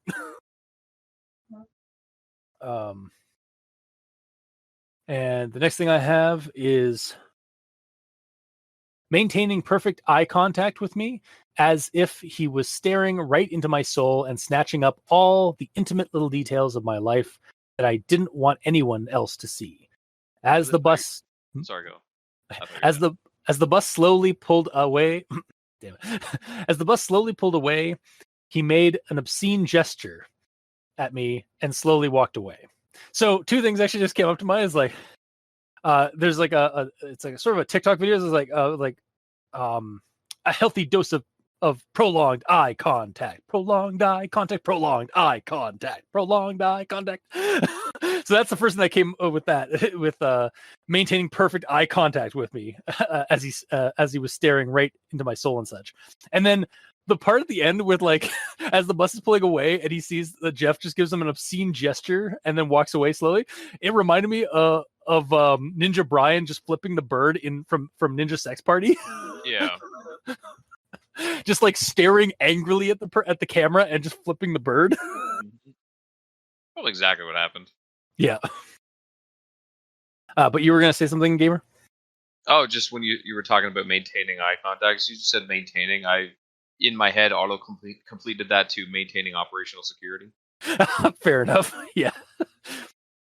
Yeah, Jeff the Killer is maintaining. Does that mean that he's in the Supernatural Task Force? No, he ain't. He's Nope. not allowed. Nope. No Jeff. No one named Jeff is allowed in the SNTF. Nope. Mandated by Professor Yellow. Anyway, that's the end of chapter 1 for me. Mikey, do you have anything for chapter 1? Nope. Gamer. Probably, yes. So, okay, this gets explained later, but hang on. Okay, no, this isn't explained later. Okay, so quote is, I was completely frozen. I wasn't sure if what I was seeing was real or just a hallucination. It certainly wouldn't be the first time. The trauma from what happened all those years ago left me in a bad way. My state of mind had become so fragile that the slightest of noises could make me jump. I had nightmares every night about him. I have heard and saw things. Maybe that's the way it should be said. Regardless, that weren't there, but never as vividly and never this long. So until we see Jeff interact with someone, this is my note at the moment. Until we see Jeff interact with someone or someone else seeing Jeff, it's entirely possible that Jeff is all in Keith's head. And even just the idea that back when Keith, quote unquote, killed him in the pit, he might have just imagined that the body was still alive. Yeah, that's true. And then, like, 2 kills in, and it still could be technically in their heads. Like, they could be killing themselves through the insanity of what they've done. Because, like, the guilt of all that happening, like, Lisa was alone in the street. Troy was alone in his house. That being Well- said, Lisa didn't know what happened to him, so it wasn't present during the kill. But Yeah. the others could have basically killed themselves through paranoia because of what Yeah. they did. Yeah, Lisa could have just been mugged by somebody who had dark hair and was wearing a hoodie. That's it. Like that's the Unabomber like look. Like much. it's a very common look. Mhm. So yeah, no, you're right. Like, and even it says like there's copycat. Like even after like Lisa like gives that the description, there could be just some copycat killers, or there could just be some like suddenly an increase in killers like that because they realize they want to get some fame or something like that. I don't know. Mm-hmm. Possibly. Mhm. But that's all my notes for chapter 1. Okay. I don't have anything for chapter 2. Mikey, do you? I used to, but that's the one where we had stuff, so it's good. Actually, don't that's the have same for me too. chapter Yeah. two. So, Gamer, do you have anything for chapter 2? Okay. She begged. This is when she's like dying. Yeah. She begged him to tell her why, to give some kind of explanation. He leaned close to her and whispered, "You don't deserve one." So for me, out of every character in the story, Yeah. she's the only one who Who deserves- deserves an explanation. Yeah. Like, I assume she died first. She died. Okay, I assume she died, and I assume she died first because technically it's her fault he was bullied so much, since she hung out with the bullies and encouraged the bullies to hang out with this loner kid who just wanted to be left alone. Yeah. So She that's never. probably Yeah. the reasoning why she had to die, quote unquote. Yeah. But still, she did it because she was trying to be nice, and she always stuck up for him. Yeah. I I know he's feel in crazy killer mode right now, but fuck. I do feel like maybe his line should have been like, you didn't try hard enough, and then like stab, or slash be mangled and have to like suffer for like a few weeks. Honestly, her death was not the clean. It was not the quickest. Like she suffered for like a couple of weeks before dying from her injuries. It was his first kill though, so he didn't do a good job, I guess. That's true. Yeah. But still, like, Yeah. as soon as this kill happened, I already hate Jeff as a character. Yeah. Like, I already hate him in most stories, but this one sure isn't helping. Like, Yeah, he's no, he- not a likable character in this at all. And I mean, most of the victims aren't like we're able to get their side, but I mean, what they did was awful.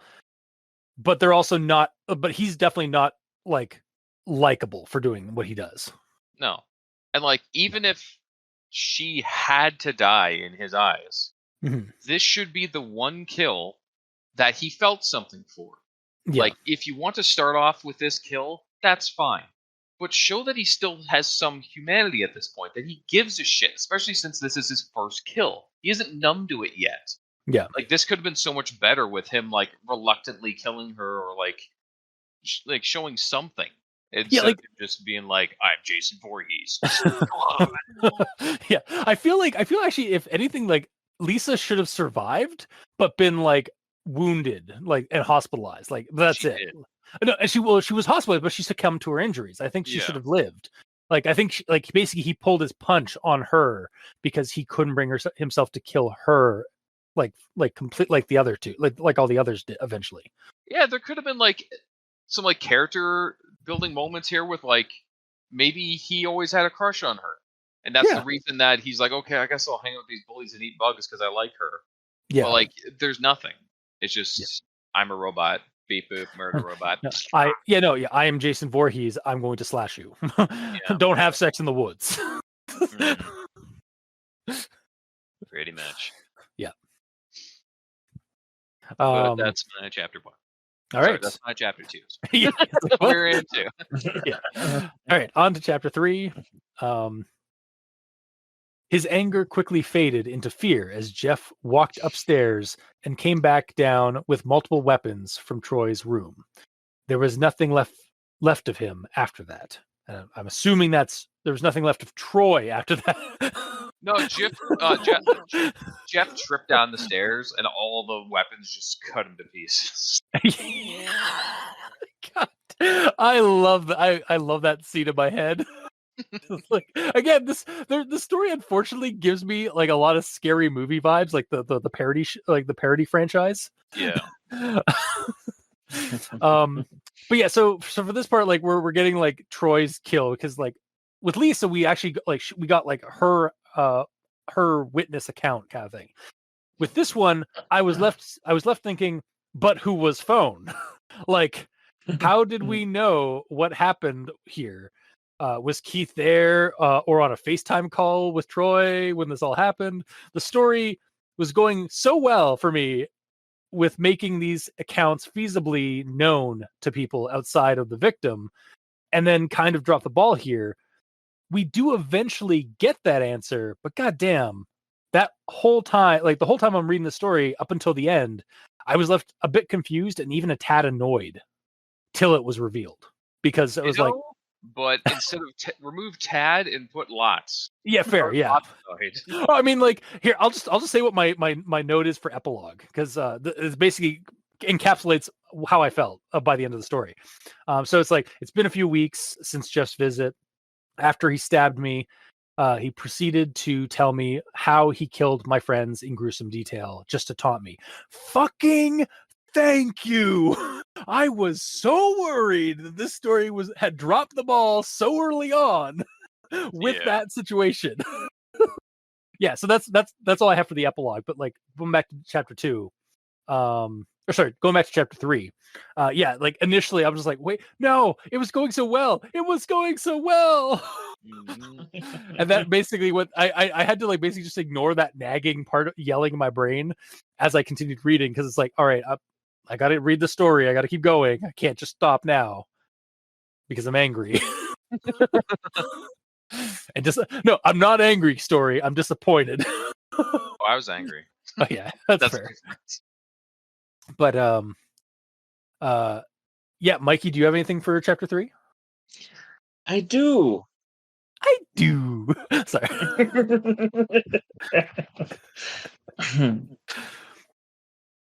He was strong enough to beat up a grown man twice as tall as him. So, I thought this was kind of funny because it destroyed my headcanon, and I was envisioning Jeff as being 3 feet tall. And it made me laugh. Yeah. Because it's still kind of, I mean, I kind of get it, because like he died when he was a teenager and probably like a lanky goth teenager. So like, it's only a few years later though. Yeah, it's true. It says he's 14 or 15 years old. So I looked up the average height of a 14-year-old, and on the low end is 59 inches or 4'9". Yeah. So Troy is 8 feet tall. Well, 9 feet something. Yeah. Yeah. So yeah. I mean, either way, it's hilarious. Yeah, you're right. It is. That being said, it's probably just exaggerated. Yeah. The height difference. Yes. Yeah. Also, I don't know if I would call them adults at that point, because they're in their 20s, like just out of high school, aren't they? No, it was they were 17 to 19 or whatever, and 3 years have passed, so they're in their 20s. Yeah. I suppose. So, yeah. So yeah, that whole visual scene just made me laugh. It's like either Jeff is 3 feet tall or Troy is really tall. And I mean, both are valid. Like, both could be the case. But you got to say that in the story somewhere. And not just drop that out of the blue. And also, like, looking at the art, he looks like an adult there. Yeah. Yeah, he does not look like the most adult Jeff art I've seen. Yeah, I will say that is, like, to your credit there, gamer, like, that is something that, like, does also kind of differentiate this from other, like, he doesn't look like a kid or like a teen. He looks like a full grown adult killer in that one, or like cadaver in that one. Mm-hmm. All right. And that's the only note I have for chapter 3. Okay. Gamer, do you have anything for chapter 3? Yeah.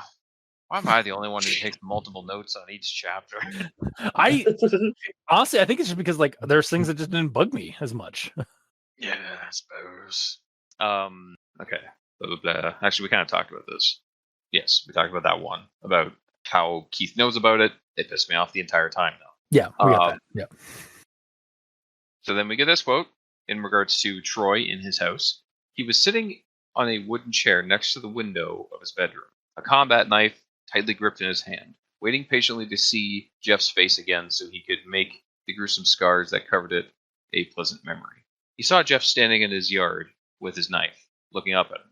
The two stared at each other, waiting for one to make the first move. Suddenly, Jeff walked over to Troy's front door, kicked it down, and stomped aside. Then the fight happens and all that, but whatever. My question here is, like, does Troy live alone?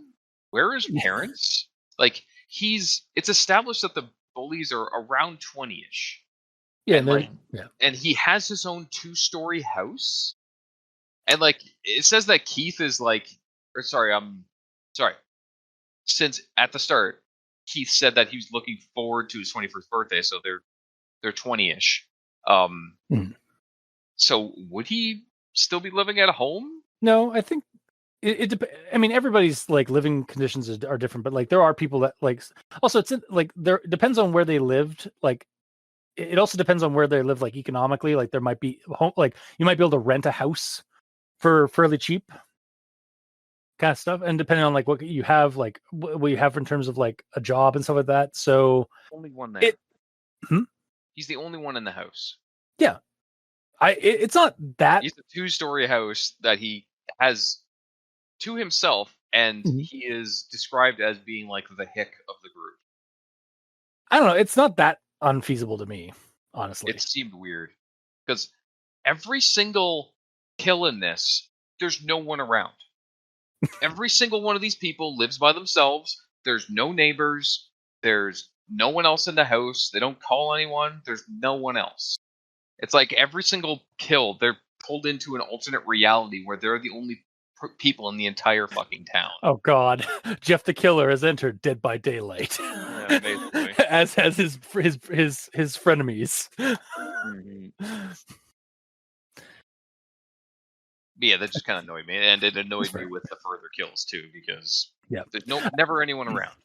And I mean, it's not explained that there's no explanation why there's no one around. It's just there's never anyone around. Just with Troy and Lisa, for Lisa, like I understand your anger, and because like she was just at a party, there should have been somebody. Troy, like, okay, he's even if he does have a house, like he's renting like a full house and stuff like that. Like, I mean, a 2-story house and some of that. There should be somebody in the neighborhood. The other two, though, Katie and Randy, do kind of have their explanations for why they don't have anybody around, because they've isolated themselves probably because of the grief and shit. Yes, but the others don't. Yeah. No, you're right. Like, that's what I'm saying. Like, you're right about the first two, but like the latter two, like they do actually have explanations. Yes, but they either all need explanations or none of them. Yeah. You know? And then the fight happens. Jeff is like super powered, revenant now, blah, blah, blah, blah, blah. So he pins Troy's hand to the ground and then goes upstairs to get Troy's weapons that he knows are there because reasons. I guess he was stalking him. But my question here is, why doesn't Troy try to escape? Jeff just left the room. Jeff just left the party. Like, and Jeff just stabbed one hand. Yeah, he has his other hand that he can like try to pull it out. Isn't Troy meant to be like the big dude? Yeah, he's the big dude. Like, oh no, ow! Like, there should have been something added where like Jeff sliced off his other hand and then impaled the other hand to like the floor or something like that, or knocked him out or something. Or that it's like the enemy cannot press a button if you disable his hand. Like, yeah, I feel like he should. Like, I don't care if the story's like, no, he has to stay there so Jeff can kill him. I'm fine with that. Yeah. But just show him try to pull the knife out, but like he can't pull it out because Jeff put it in so deep into the wood, into the ground, that he couldn't pull it through him or something, you know? Because he's super powered now. Yeah. Yeah. Just more explanation as to why. And that's it for 3. Okay, on to 4. So in chapter 4, we get this. Jeff watched how Randy grabbed a hold of his. Sorry, I forgot how stupid this line is. Jeff watched how Randy grabbed a hold of the heavy coffin and struggled to pull it up to the surface. Jesus fucking Christ! How strong is Randy? I didn't realize he was the fucking tall man from Phantasm. Like it's a goddamn coffin with a body in it. Pulling it uphill. Yeah, pulling it out of a 6 foot hole. Yeah. Like and never mind the sentence before. Jeff watched Randy for hours. Digging. How he single-handedly dug 6 feet into the wet, muddy ground. Yeah, he's not tired. Why would he be tired? No. Also, it's been in that coffin has been in the ground for years because like the mother died a few years back.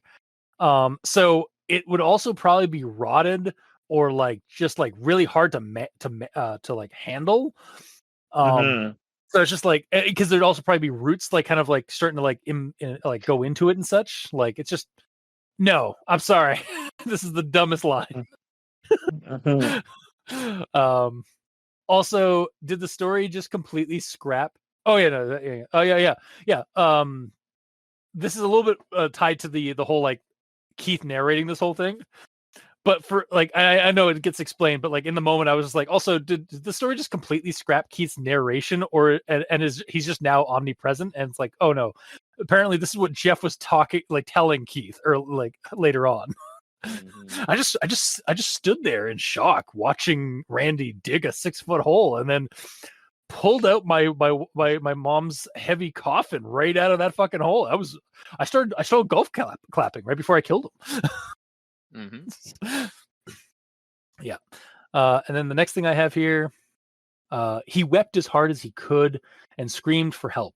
None of it mattered. Jeff ignored it all. And there was no one else to help him. He just shoveled dirt into the pit for hours on end until the screaming was muffled. The police showed up a week later to respond to a missing persons report. By the time they discovered the body and the freshly dug grave, Randy was long gone.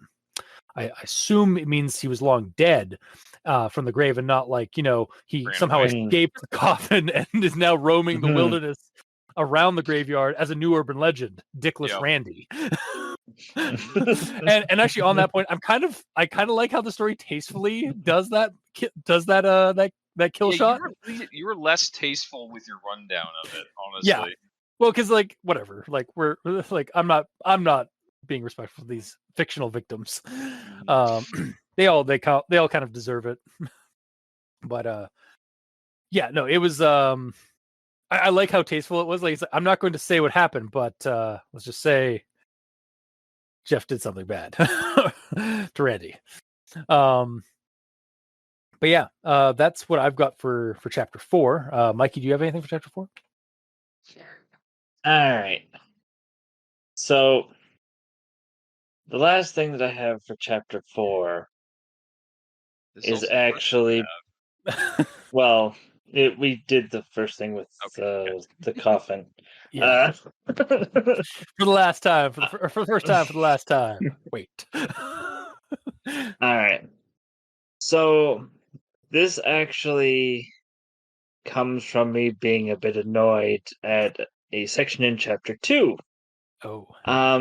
But it's because of a misreading, because again, we assumed it was outside when it's actually inside. Yep. So the misreading goes like this for chapter 2. The first warning sign she received was the sound of a knife scraping against grass. Does it say grass? No, It says glass. Okay. But I misread it as grass. Oh, okay. And so I was really confused when it said the horrible creaking sound echoed throughout the block. I was like, What?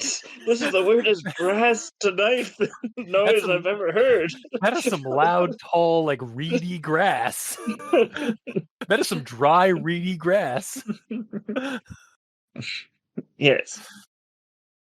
So now, to bring it back to chapter 4. Sure. It was past midnight, and the graveyard was shrouded in an ugly fog, so thick you could cut it with a knife. And my thought was, well, what does that sound like? A door creaking shut, or some totally unexpected noise that makes no sense? So you were already primed for annoyance with that. Yeah, okay. But the point is moot because upon actually reading that it's glass and not grass. Yeah. That was definitely on you, sir. Yes. Yeah. But I thought I'd bring it up because I was like, what are with these noises? That make no sense. Yeah. I get you. And that's my chapter 4. All right. Gamer in yellow. Okay. I actually only have one here. Wow. Whoa. I know, right? So he's like about to kill Randy. Or who's this one? Randy, yeah. He's about to kill Randy. Wow, Gamer. Are you even engaged in this conversation? No. Too many. Adding the 2 extra characters really threw me for a loop. That's fair. You really did not. Yeah, that's fair. Jeff basically, when he's looking at his mom I'm assuming after he killed Randy, it doesn't matter. He says, "Aren't I beautiful, mommy?"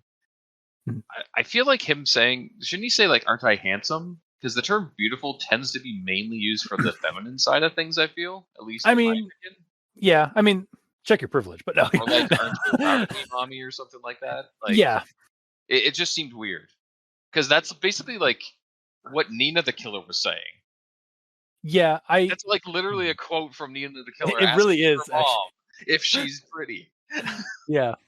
Yeah, I definitely I think I would have gone with handsome over pretty, but yeah. Mm-hmm. But yeah, that's all I got for that one. Okay. On to chapter 5, otherwise known as Katie Home Alone. Katie McAllister. Yep. Did we get a last name for her? We do. I think we actually got a name for all of them at the beginning, but I can't remember. No? Okay. We got when it got to their section, it talks about it brings up their last name because it's like there's Keith, who's Keith Moore, I think. Is it? No. Yeah. Then there's Randy Barge, Troy and Lisa Beacon, and then Katie, whose last name now is McAllister. Yeah, Katie is now McAllister. Yeah. Yeah, so that's actually, I guess that's a grammar question. We don't have a Katie's last name. We should have gotten that, just FYI. But yeah, but on to chapter 5. Yeah, so she kept some kind of weapon near her at all times, with knives and clubs she ordered off of the internet at arm's length in nearly every room. I'm sorry, but they live in America. Why do none of these people who are out of high school and in their early 20s have guns? And I mean, Katie finally gets one, but yeah. I mean, again, it's a stereotype about America that they all love guns, but show me an American who doesn't. Yeah, I'm sorry. I'm sorry. Like, it's more often than not, you're gonna an American is gonna have a gun. Here's the thing. Regardless, they are people who are paranoid about being killed by Jeff the Killer. At least a couple of them are highly paranoid about it. So if anyone should have them, they should. More than just the one character. And Katie does have one, but it only comes out later. So, but I'm surprised Randy didn't have like a shotgun at his little shack by the graveyard. Yeah. Yeah. And Troy was just like all melee. Yeah. Yeah. He was just ready. Like, I want to kill him with my own 2 hands for what he did to my sis. But yeah, I'll move on to the next thing I have here. So this is in regards to like the police talking to Katie and stuff about like what's going on. They took the threat seriously, but there was little they could do. The police aren't bodyguards, after all. They couldn't sit around all night waiting for him. And to that, I'm like, I mean, that's exactly what they could have done, or put Katie in some kind of protective custody. Yeah, they really Since could have. it seems the police are actually taking these sightings of Jeff and like killing seriously. Like, there's a ton of stuff they could have done. This isn't even Derplin. This is just like incompetence, which I know is Derplin, but I mean, it's not the cops' fault though; it's the character's fault for wrongfully assuming that the cops won't do anything. Yeah, that's true. And then the next thing I have here, because like right now there's an ongoing investigation about a serial killer. Like at this point, the cops are bodyguards, especially when they have very good reason that they might be next, and they have witnesses as to why they might be next, aka everyone else at school who saw them bully this guy. Yeah. So yeah, huge BS on that. Yeah. So yeah. Also, when you said it's like, I mean, right now there's a serial killer on the loose. I was like, wait, really? Like, for some reason I thought you meant like in real life. Like, there's one nearby. What? I don't know why. That's how my brain like for the few seconds after you start talking, that's what I thought you had meant. Did you forget we were doing a recording? No, I just thought like you were like citing a real life thing. Oh, okay. For just some dumb reason. I'm sorry. I'm dumb. I'll move on to the next thing I have here. She finally found him struggling to remove the bear trap from his bloodied leg. Like I said, Jeff had a lot of bizarre new strength, but he wasn't invulnerable. And literally, I just looked at the camera in the breaking the fourth wall. I'm just like, really? Why? Because but he wasn't invulnerable. I was like, up to this point, he has been pretty fucking invulnerable. Because he hasn't been touched until this point.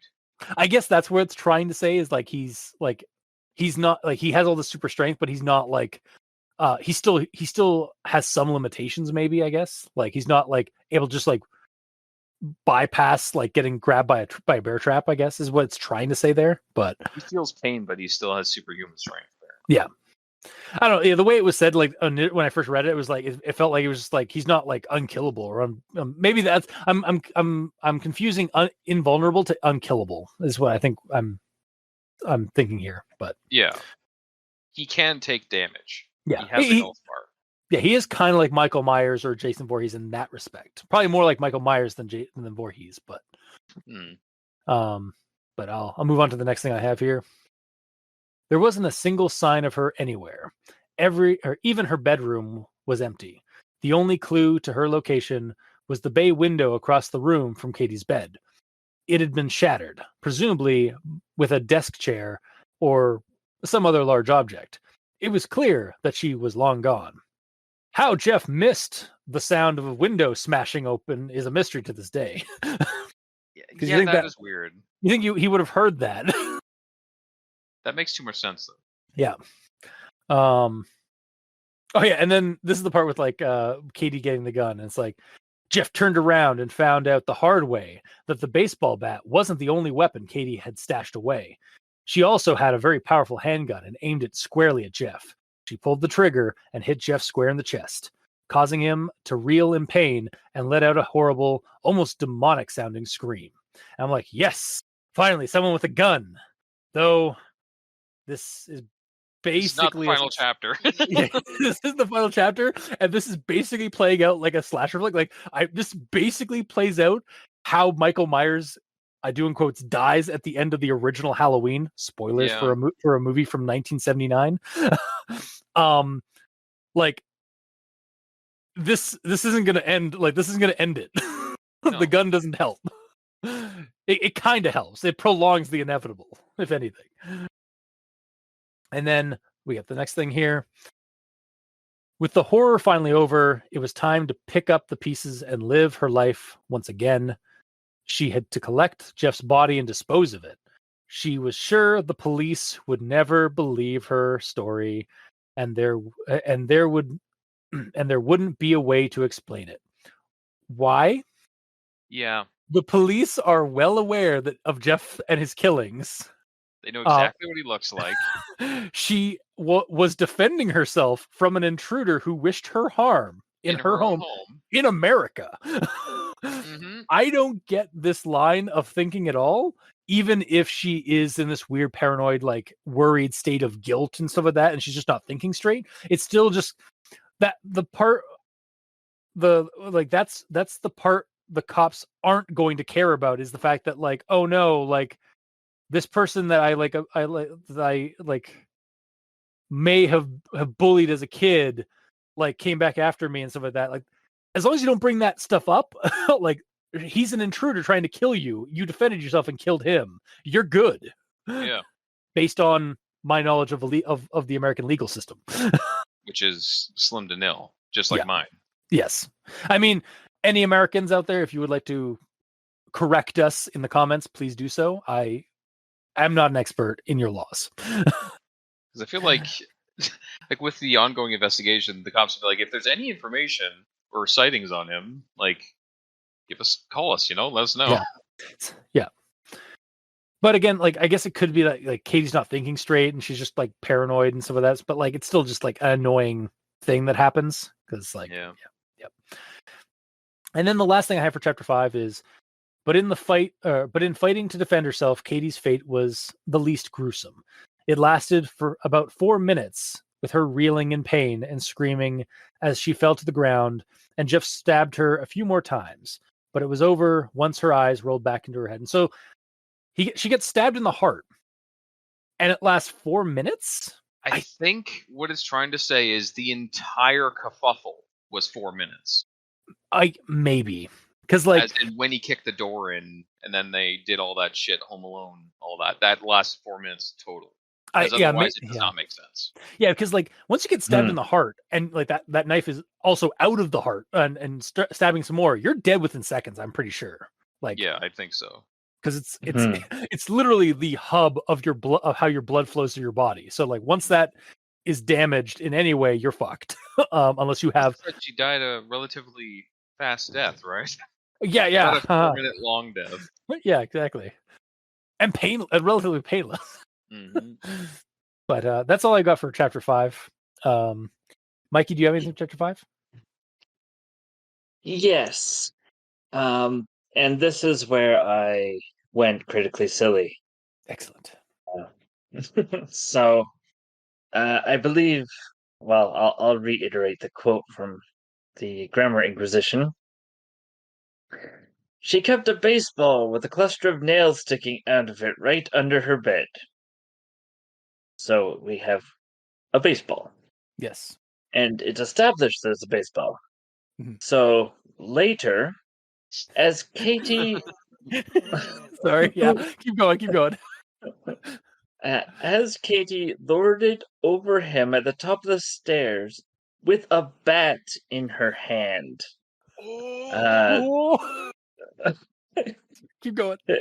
He saw the kind of predatory fury in her eyes that he had. So I just envisioned her with like a living bat in her hand. Oh, okay. Yeah.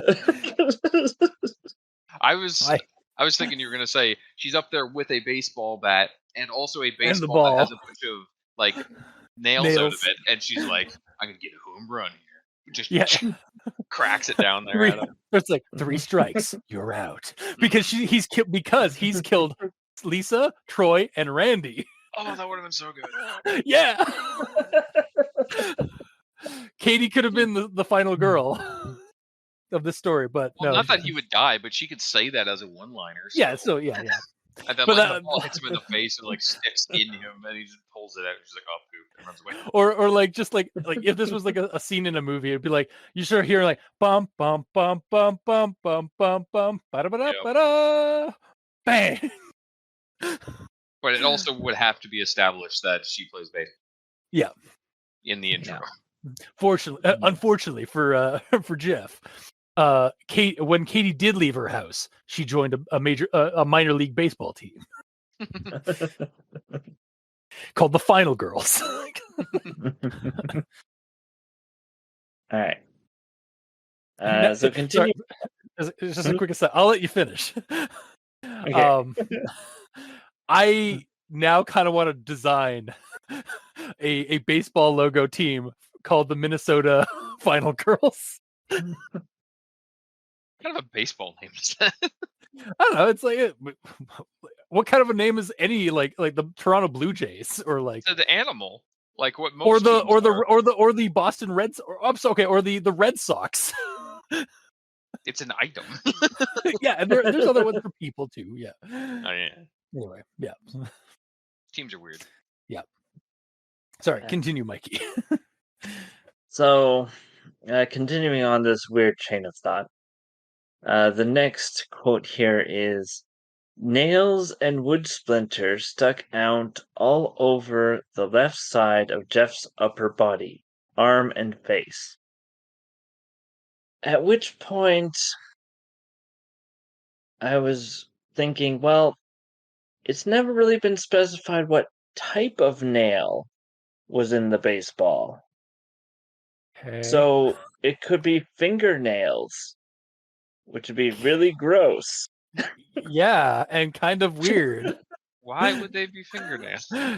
Yeah. Because you see, Katie's actually crazy. So crazy Katie has gone and killed a bunch of people herself. She's actually basically, honestly, there was a part in the story where I was gonna have where it's like, so Jane the killer. I mean Katie, because for a second I thought like this was gonna be like also like the origin for Katie for Katie becoming Jane the killer, but No, she's Katie the Defender. yeah, Yeah. And then my next note here is just a poor choice of words for me anyway.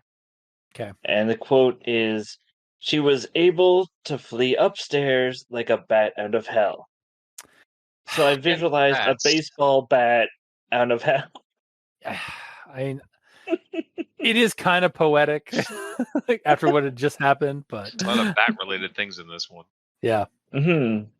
Yes. Yeah, and I mean, all of this would have been fixed if she just said baseball bat. Yep. At the beginning. But the story did not have that. Therefore,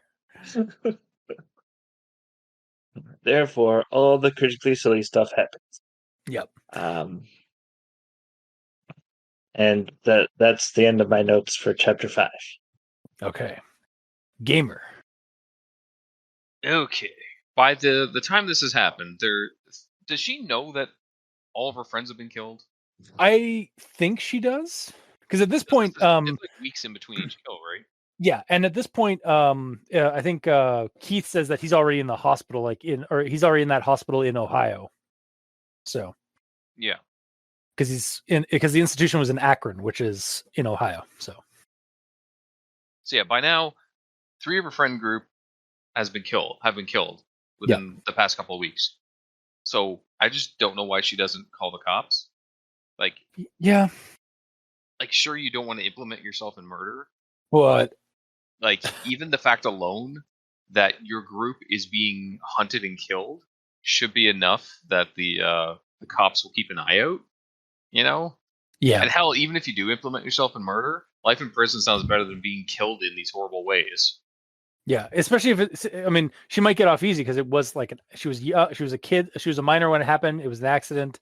Yep. I mean, yeah, it would there would have been like perhaps some leniencies in her case, but and the fact that she's also currently being killed by her supposed victim or her the person she killed, which is might throw in some wrenches into the case plan. So yeah, or the case against her. So yeah. Yep. But regardless, moving on. Fights with Jeff, shoots him out the window, and he lays dead on the grass. So of course she's going to look away, and he'll magically get up and leave. That's what I saw that was going to happen as she shot him out the window. And lo and behold, he did exactly that. Yeah. I wished for once that a character would just keep line of sight on the body pull out their phone and call the cops. Like, I'm fine with him getting up and walking in to finish the kill, but I would have, like, we've seen this 100 Yeah, times in movies. It's it started boring. with Halloween. It started with the 1979 Halloween. Like, that's literally how the movie ends. Is like, the Michael's doctor shoots him several times. He goes through the window, lands on the ground. He goes down to the window, checks. He's dead. Goes and helps the survivor girl, and then he goes and checks the body again, and there's just an imprint. I was like, dun dun dun dun dun dun dun. Like, that was the iconic, like, because of that spawned that entire trope. Yeah. At least as far as I know. Like, I think Halloween was like the progenitor of that trope. Probably, but I'm tired of it.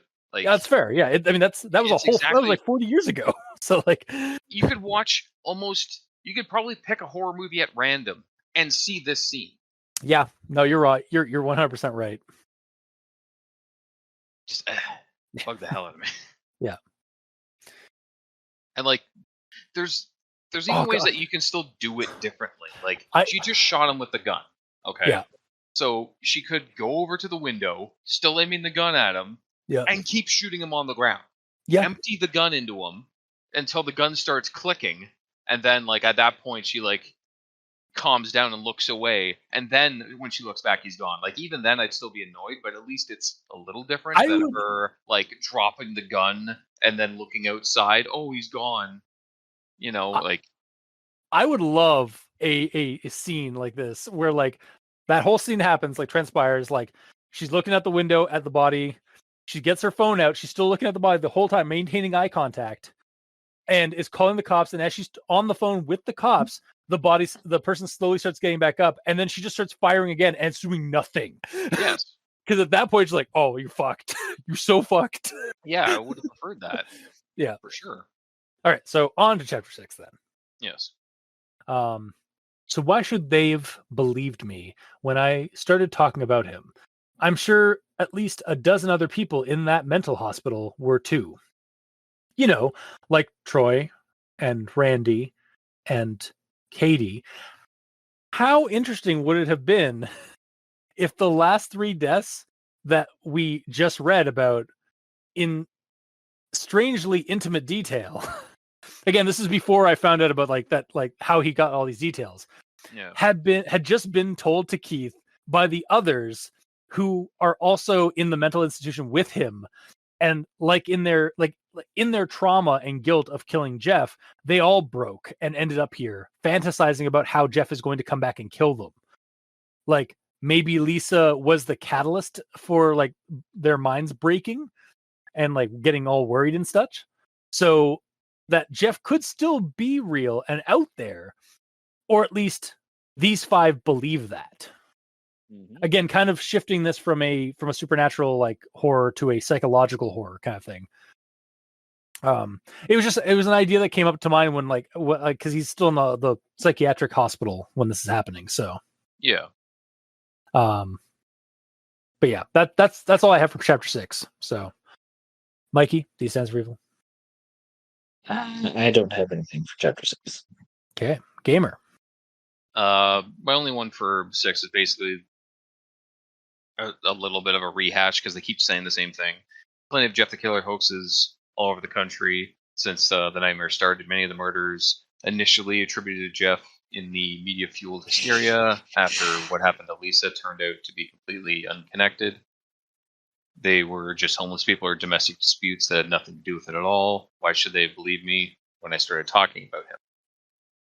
Why should they believe you? Because you went to school with him, bullied him, and your entire friend group has been killed. Yeah. There are so many connections that any cop outside of Dirtland would believe you on. Yeah. So hell, you have so many witnesses that you bully him too. Like, everyone would believe him. Also, you could also just confess to what happened.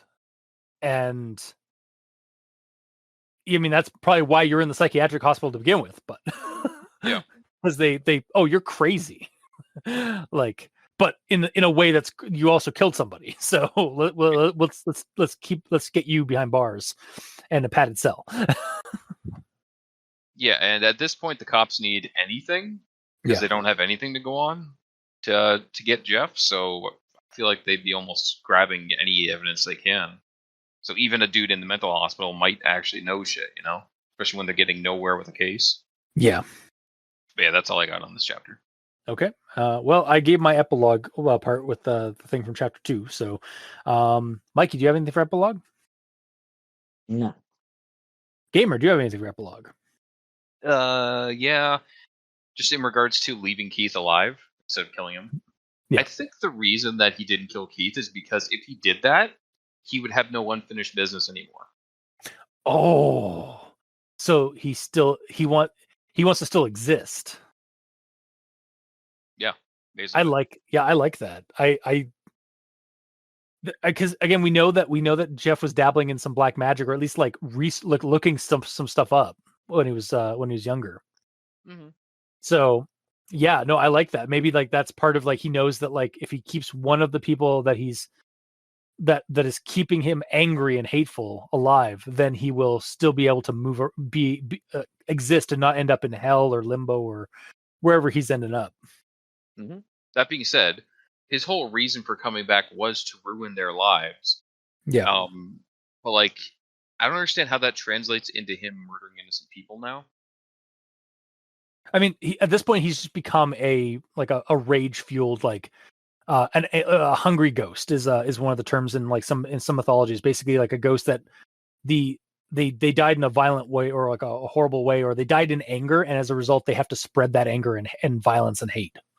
Yeah. So, I think that's also like how a grudge happens in Japanese folklore. Like a person, like basically, like it's the perpetuation of negative emotions and violence and stuff. Mm-hmm. Yeah. Yep, that's all I got for epilogue. Okay. Well, that brings us to final thoughts. So I'm still going to recommend this one. It's got some things that need to be worked on, but honestly, this is the Jeff the Killer I can get behind. Like, I want to read this kind of story of Jeff the Killer. There's a lot of depth here and a message of karma and of regret and a bit of a somber tone to it, especially near the end of the story when Jeff actually gives a reason of like why he's doing this to like what the bullies all like did, like not just to Jeff but to like Jeff's family kind of as well as a result, and his motives. But yeah, even the story does need some even after some more kills and some of the more out there like kills that are in this, and like Katie's, I could not help but like keep thinking of like Scary Movie kind of like slasher parody with Katie's whole situation. But even with that stuff, the story itself is still like a really good Jeff the Killer creepypasta to me. So I will still recommend this one. Mikey, these stands for evil. So I read this not expecting much because it's Jeff the Killer. Yeah. Fair. And yeah. Hmm? No, I was like, I think we all went into this not expecting it to be anything special, because like I think I even told you guys like before we started, like at the start, like after last recording, that we were doing this one, and it looked like it was going to be another origin story. Because we need more of those. Yeah. But this ends up being what, about at least 6 sort of mini stories. So we get a different origin, we get each of the individual kill stories, and we don't dwell on the origin. Yeah. So I think the part that I liked was that we got more stories and like kill stories out of this than we normally do. And it was easy, well, relatively easy to read, other than the few hiccups we had. Yeah. And it was more of an action pasta in that regard. Like there's not like the only downside is it has some creepiness factors in that he's a revenant, but overall it's like, ooh, there's a guy who's coming after us because we did bad things. Like, well, it sucks to be in that boat, but you made it, so Yeah, uh, you shit in your salad. So yeah, no, I definitely would maybe count this as like a thriller rather than an actual like a true horror, like kind of like a slasher flick Mhm. sort of thing. Yeah. Yeah. So because of that, I got some enjoyment out of it. So I'm still going to recommend this. Okay. And gamer. Well, for me, first off, I missed one of my notes earlier on, Oh, so I'm going to read it now from chapter 4 when he was fighting Randy, or in regards to the Randy part, because this also does tie into my final thoughts as well. Basically, so Randy's the one at the cemetery and all that. Yep. Jeff goes through all these lengths to try to scare Randy just because his normal thing isn't working. And I found that kind of silly. It gave me the vibe of Jeff being like, hee hee, I'ma spook you. Like any possible badassness or supernatural evilness was sucked out of the character by that scene alone, in my opinion. okay. Because it made him a child. And I mean, he kind of was. but he's in all the other scenes, he's just trying to be Jason Voorhees. And in this one, he's again going around giggling, basically, doing these little tiny pranks, just trying to scare him. And then it's like, oh, it totally worked. He's super scared now. Oh yeah, like I would say that he went from being Jason Voorhees in the previous kills to being Michael Myers, because a lot of people forget Michael Myers is a prankster in the original movie. Like he straight up like sets up like decorations of like horrific decorations, but he sets up decorations in of the babysitters that he's killing. So yeah, I just didn't like that. The problem is we were seeing it from Jeff's perspective, which made it look silly. Yeah. If we were seeing it from Randy's perspective, it wouldn't be as silly. Yeah, that's true. I just thought the whole thing was kind of silly. So, in my opinion, though, with all that, he shouldn't have bothered doing all this tiny shit, especially to the one that hassled him the most. Yeah. Well, maybe that's why. He rushes in and just chases Lisa down and kills her. Yeah. And yet, this one, the one who is the worst to him, he takes his time with, and he just wants to try to scare him first. Yeah, that's all he cares about is scaring him, not killing him. Like, the rage isn't taking over for this one, but it did for Lisa of all people. I would counter that he wanted to get her over with like as a mercy. And then with Randy, because he was the one that was always picked on him, this is the one that he's actually like wanting to draw it out and torment the guy with the same kind of pranks that they pulled on him before killing him. I guess to a point, but still. I just didn't like the childish pranks, that's all. Fair. But moving on to my actual final thoughts. I'm still going to personally recommend it. As far as Jeff stories go, it's okay, I suppose. But it's leaning really hard onto, hey, look, he's like Jason, see? To the point where it was annoying to read. Like, fair. In my opinion, Jeff the Killer isn't meant to be a Revenant or Jason or whatever you want to kill him. His whole appeal, if you want to call Jeff the Killer, if you want to say that he has an appeal at all, is that he's a normal kid / guy who was pushed to the limit and fought back. That's not what this story is. In this story, he's just a zombie. It's well written in parts, but it bugged me, and it's not a Jeff the Killer story, kind of, just because of how different it is. Yeah. Granted, it's better than most of the other Jeff the Killer origin stories, but maybe that's because he's not a normal guy, and there's a supernatural safety blanket we have on this. But I don't know. Well, clearly it's Keith the Killer in this. Oh yeah, clearly.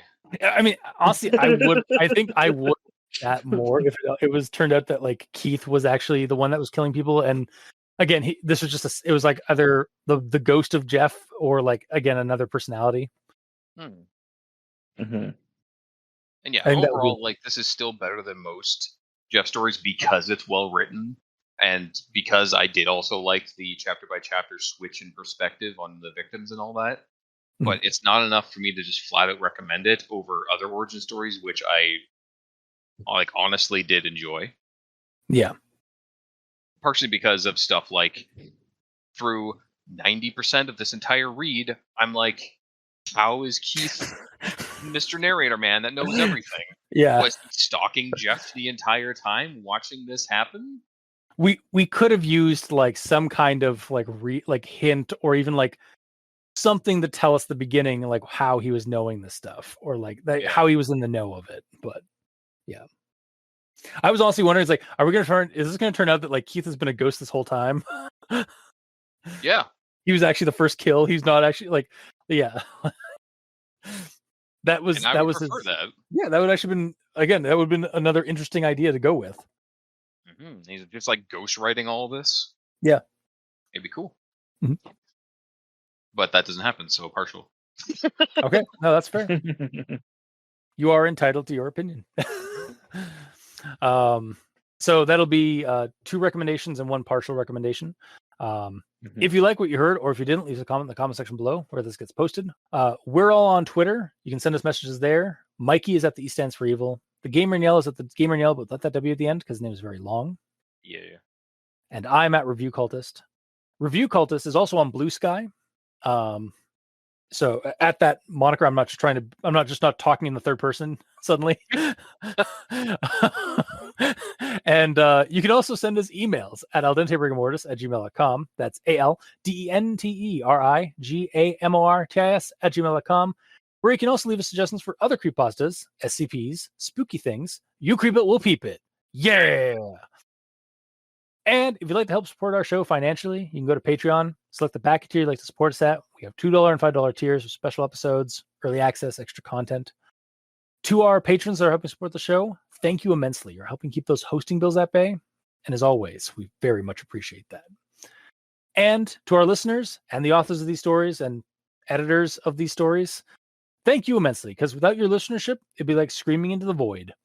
And without your authorship, these stories that you write online and people edit it and make it less or make it more legible and such, and share it online for people to read and enjoy, we really wouldn't have much of a show because we'd have nothing to talk about.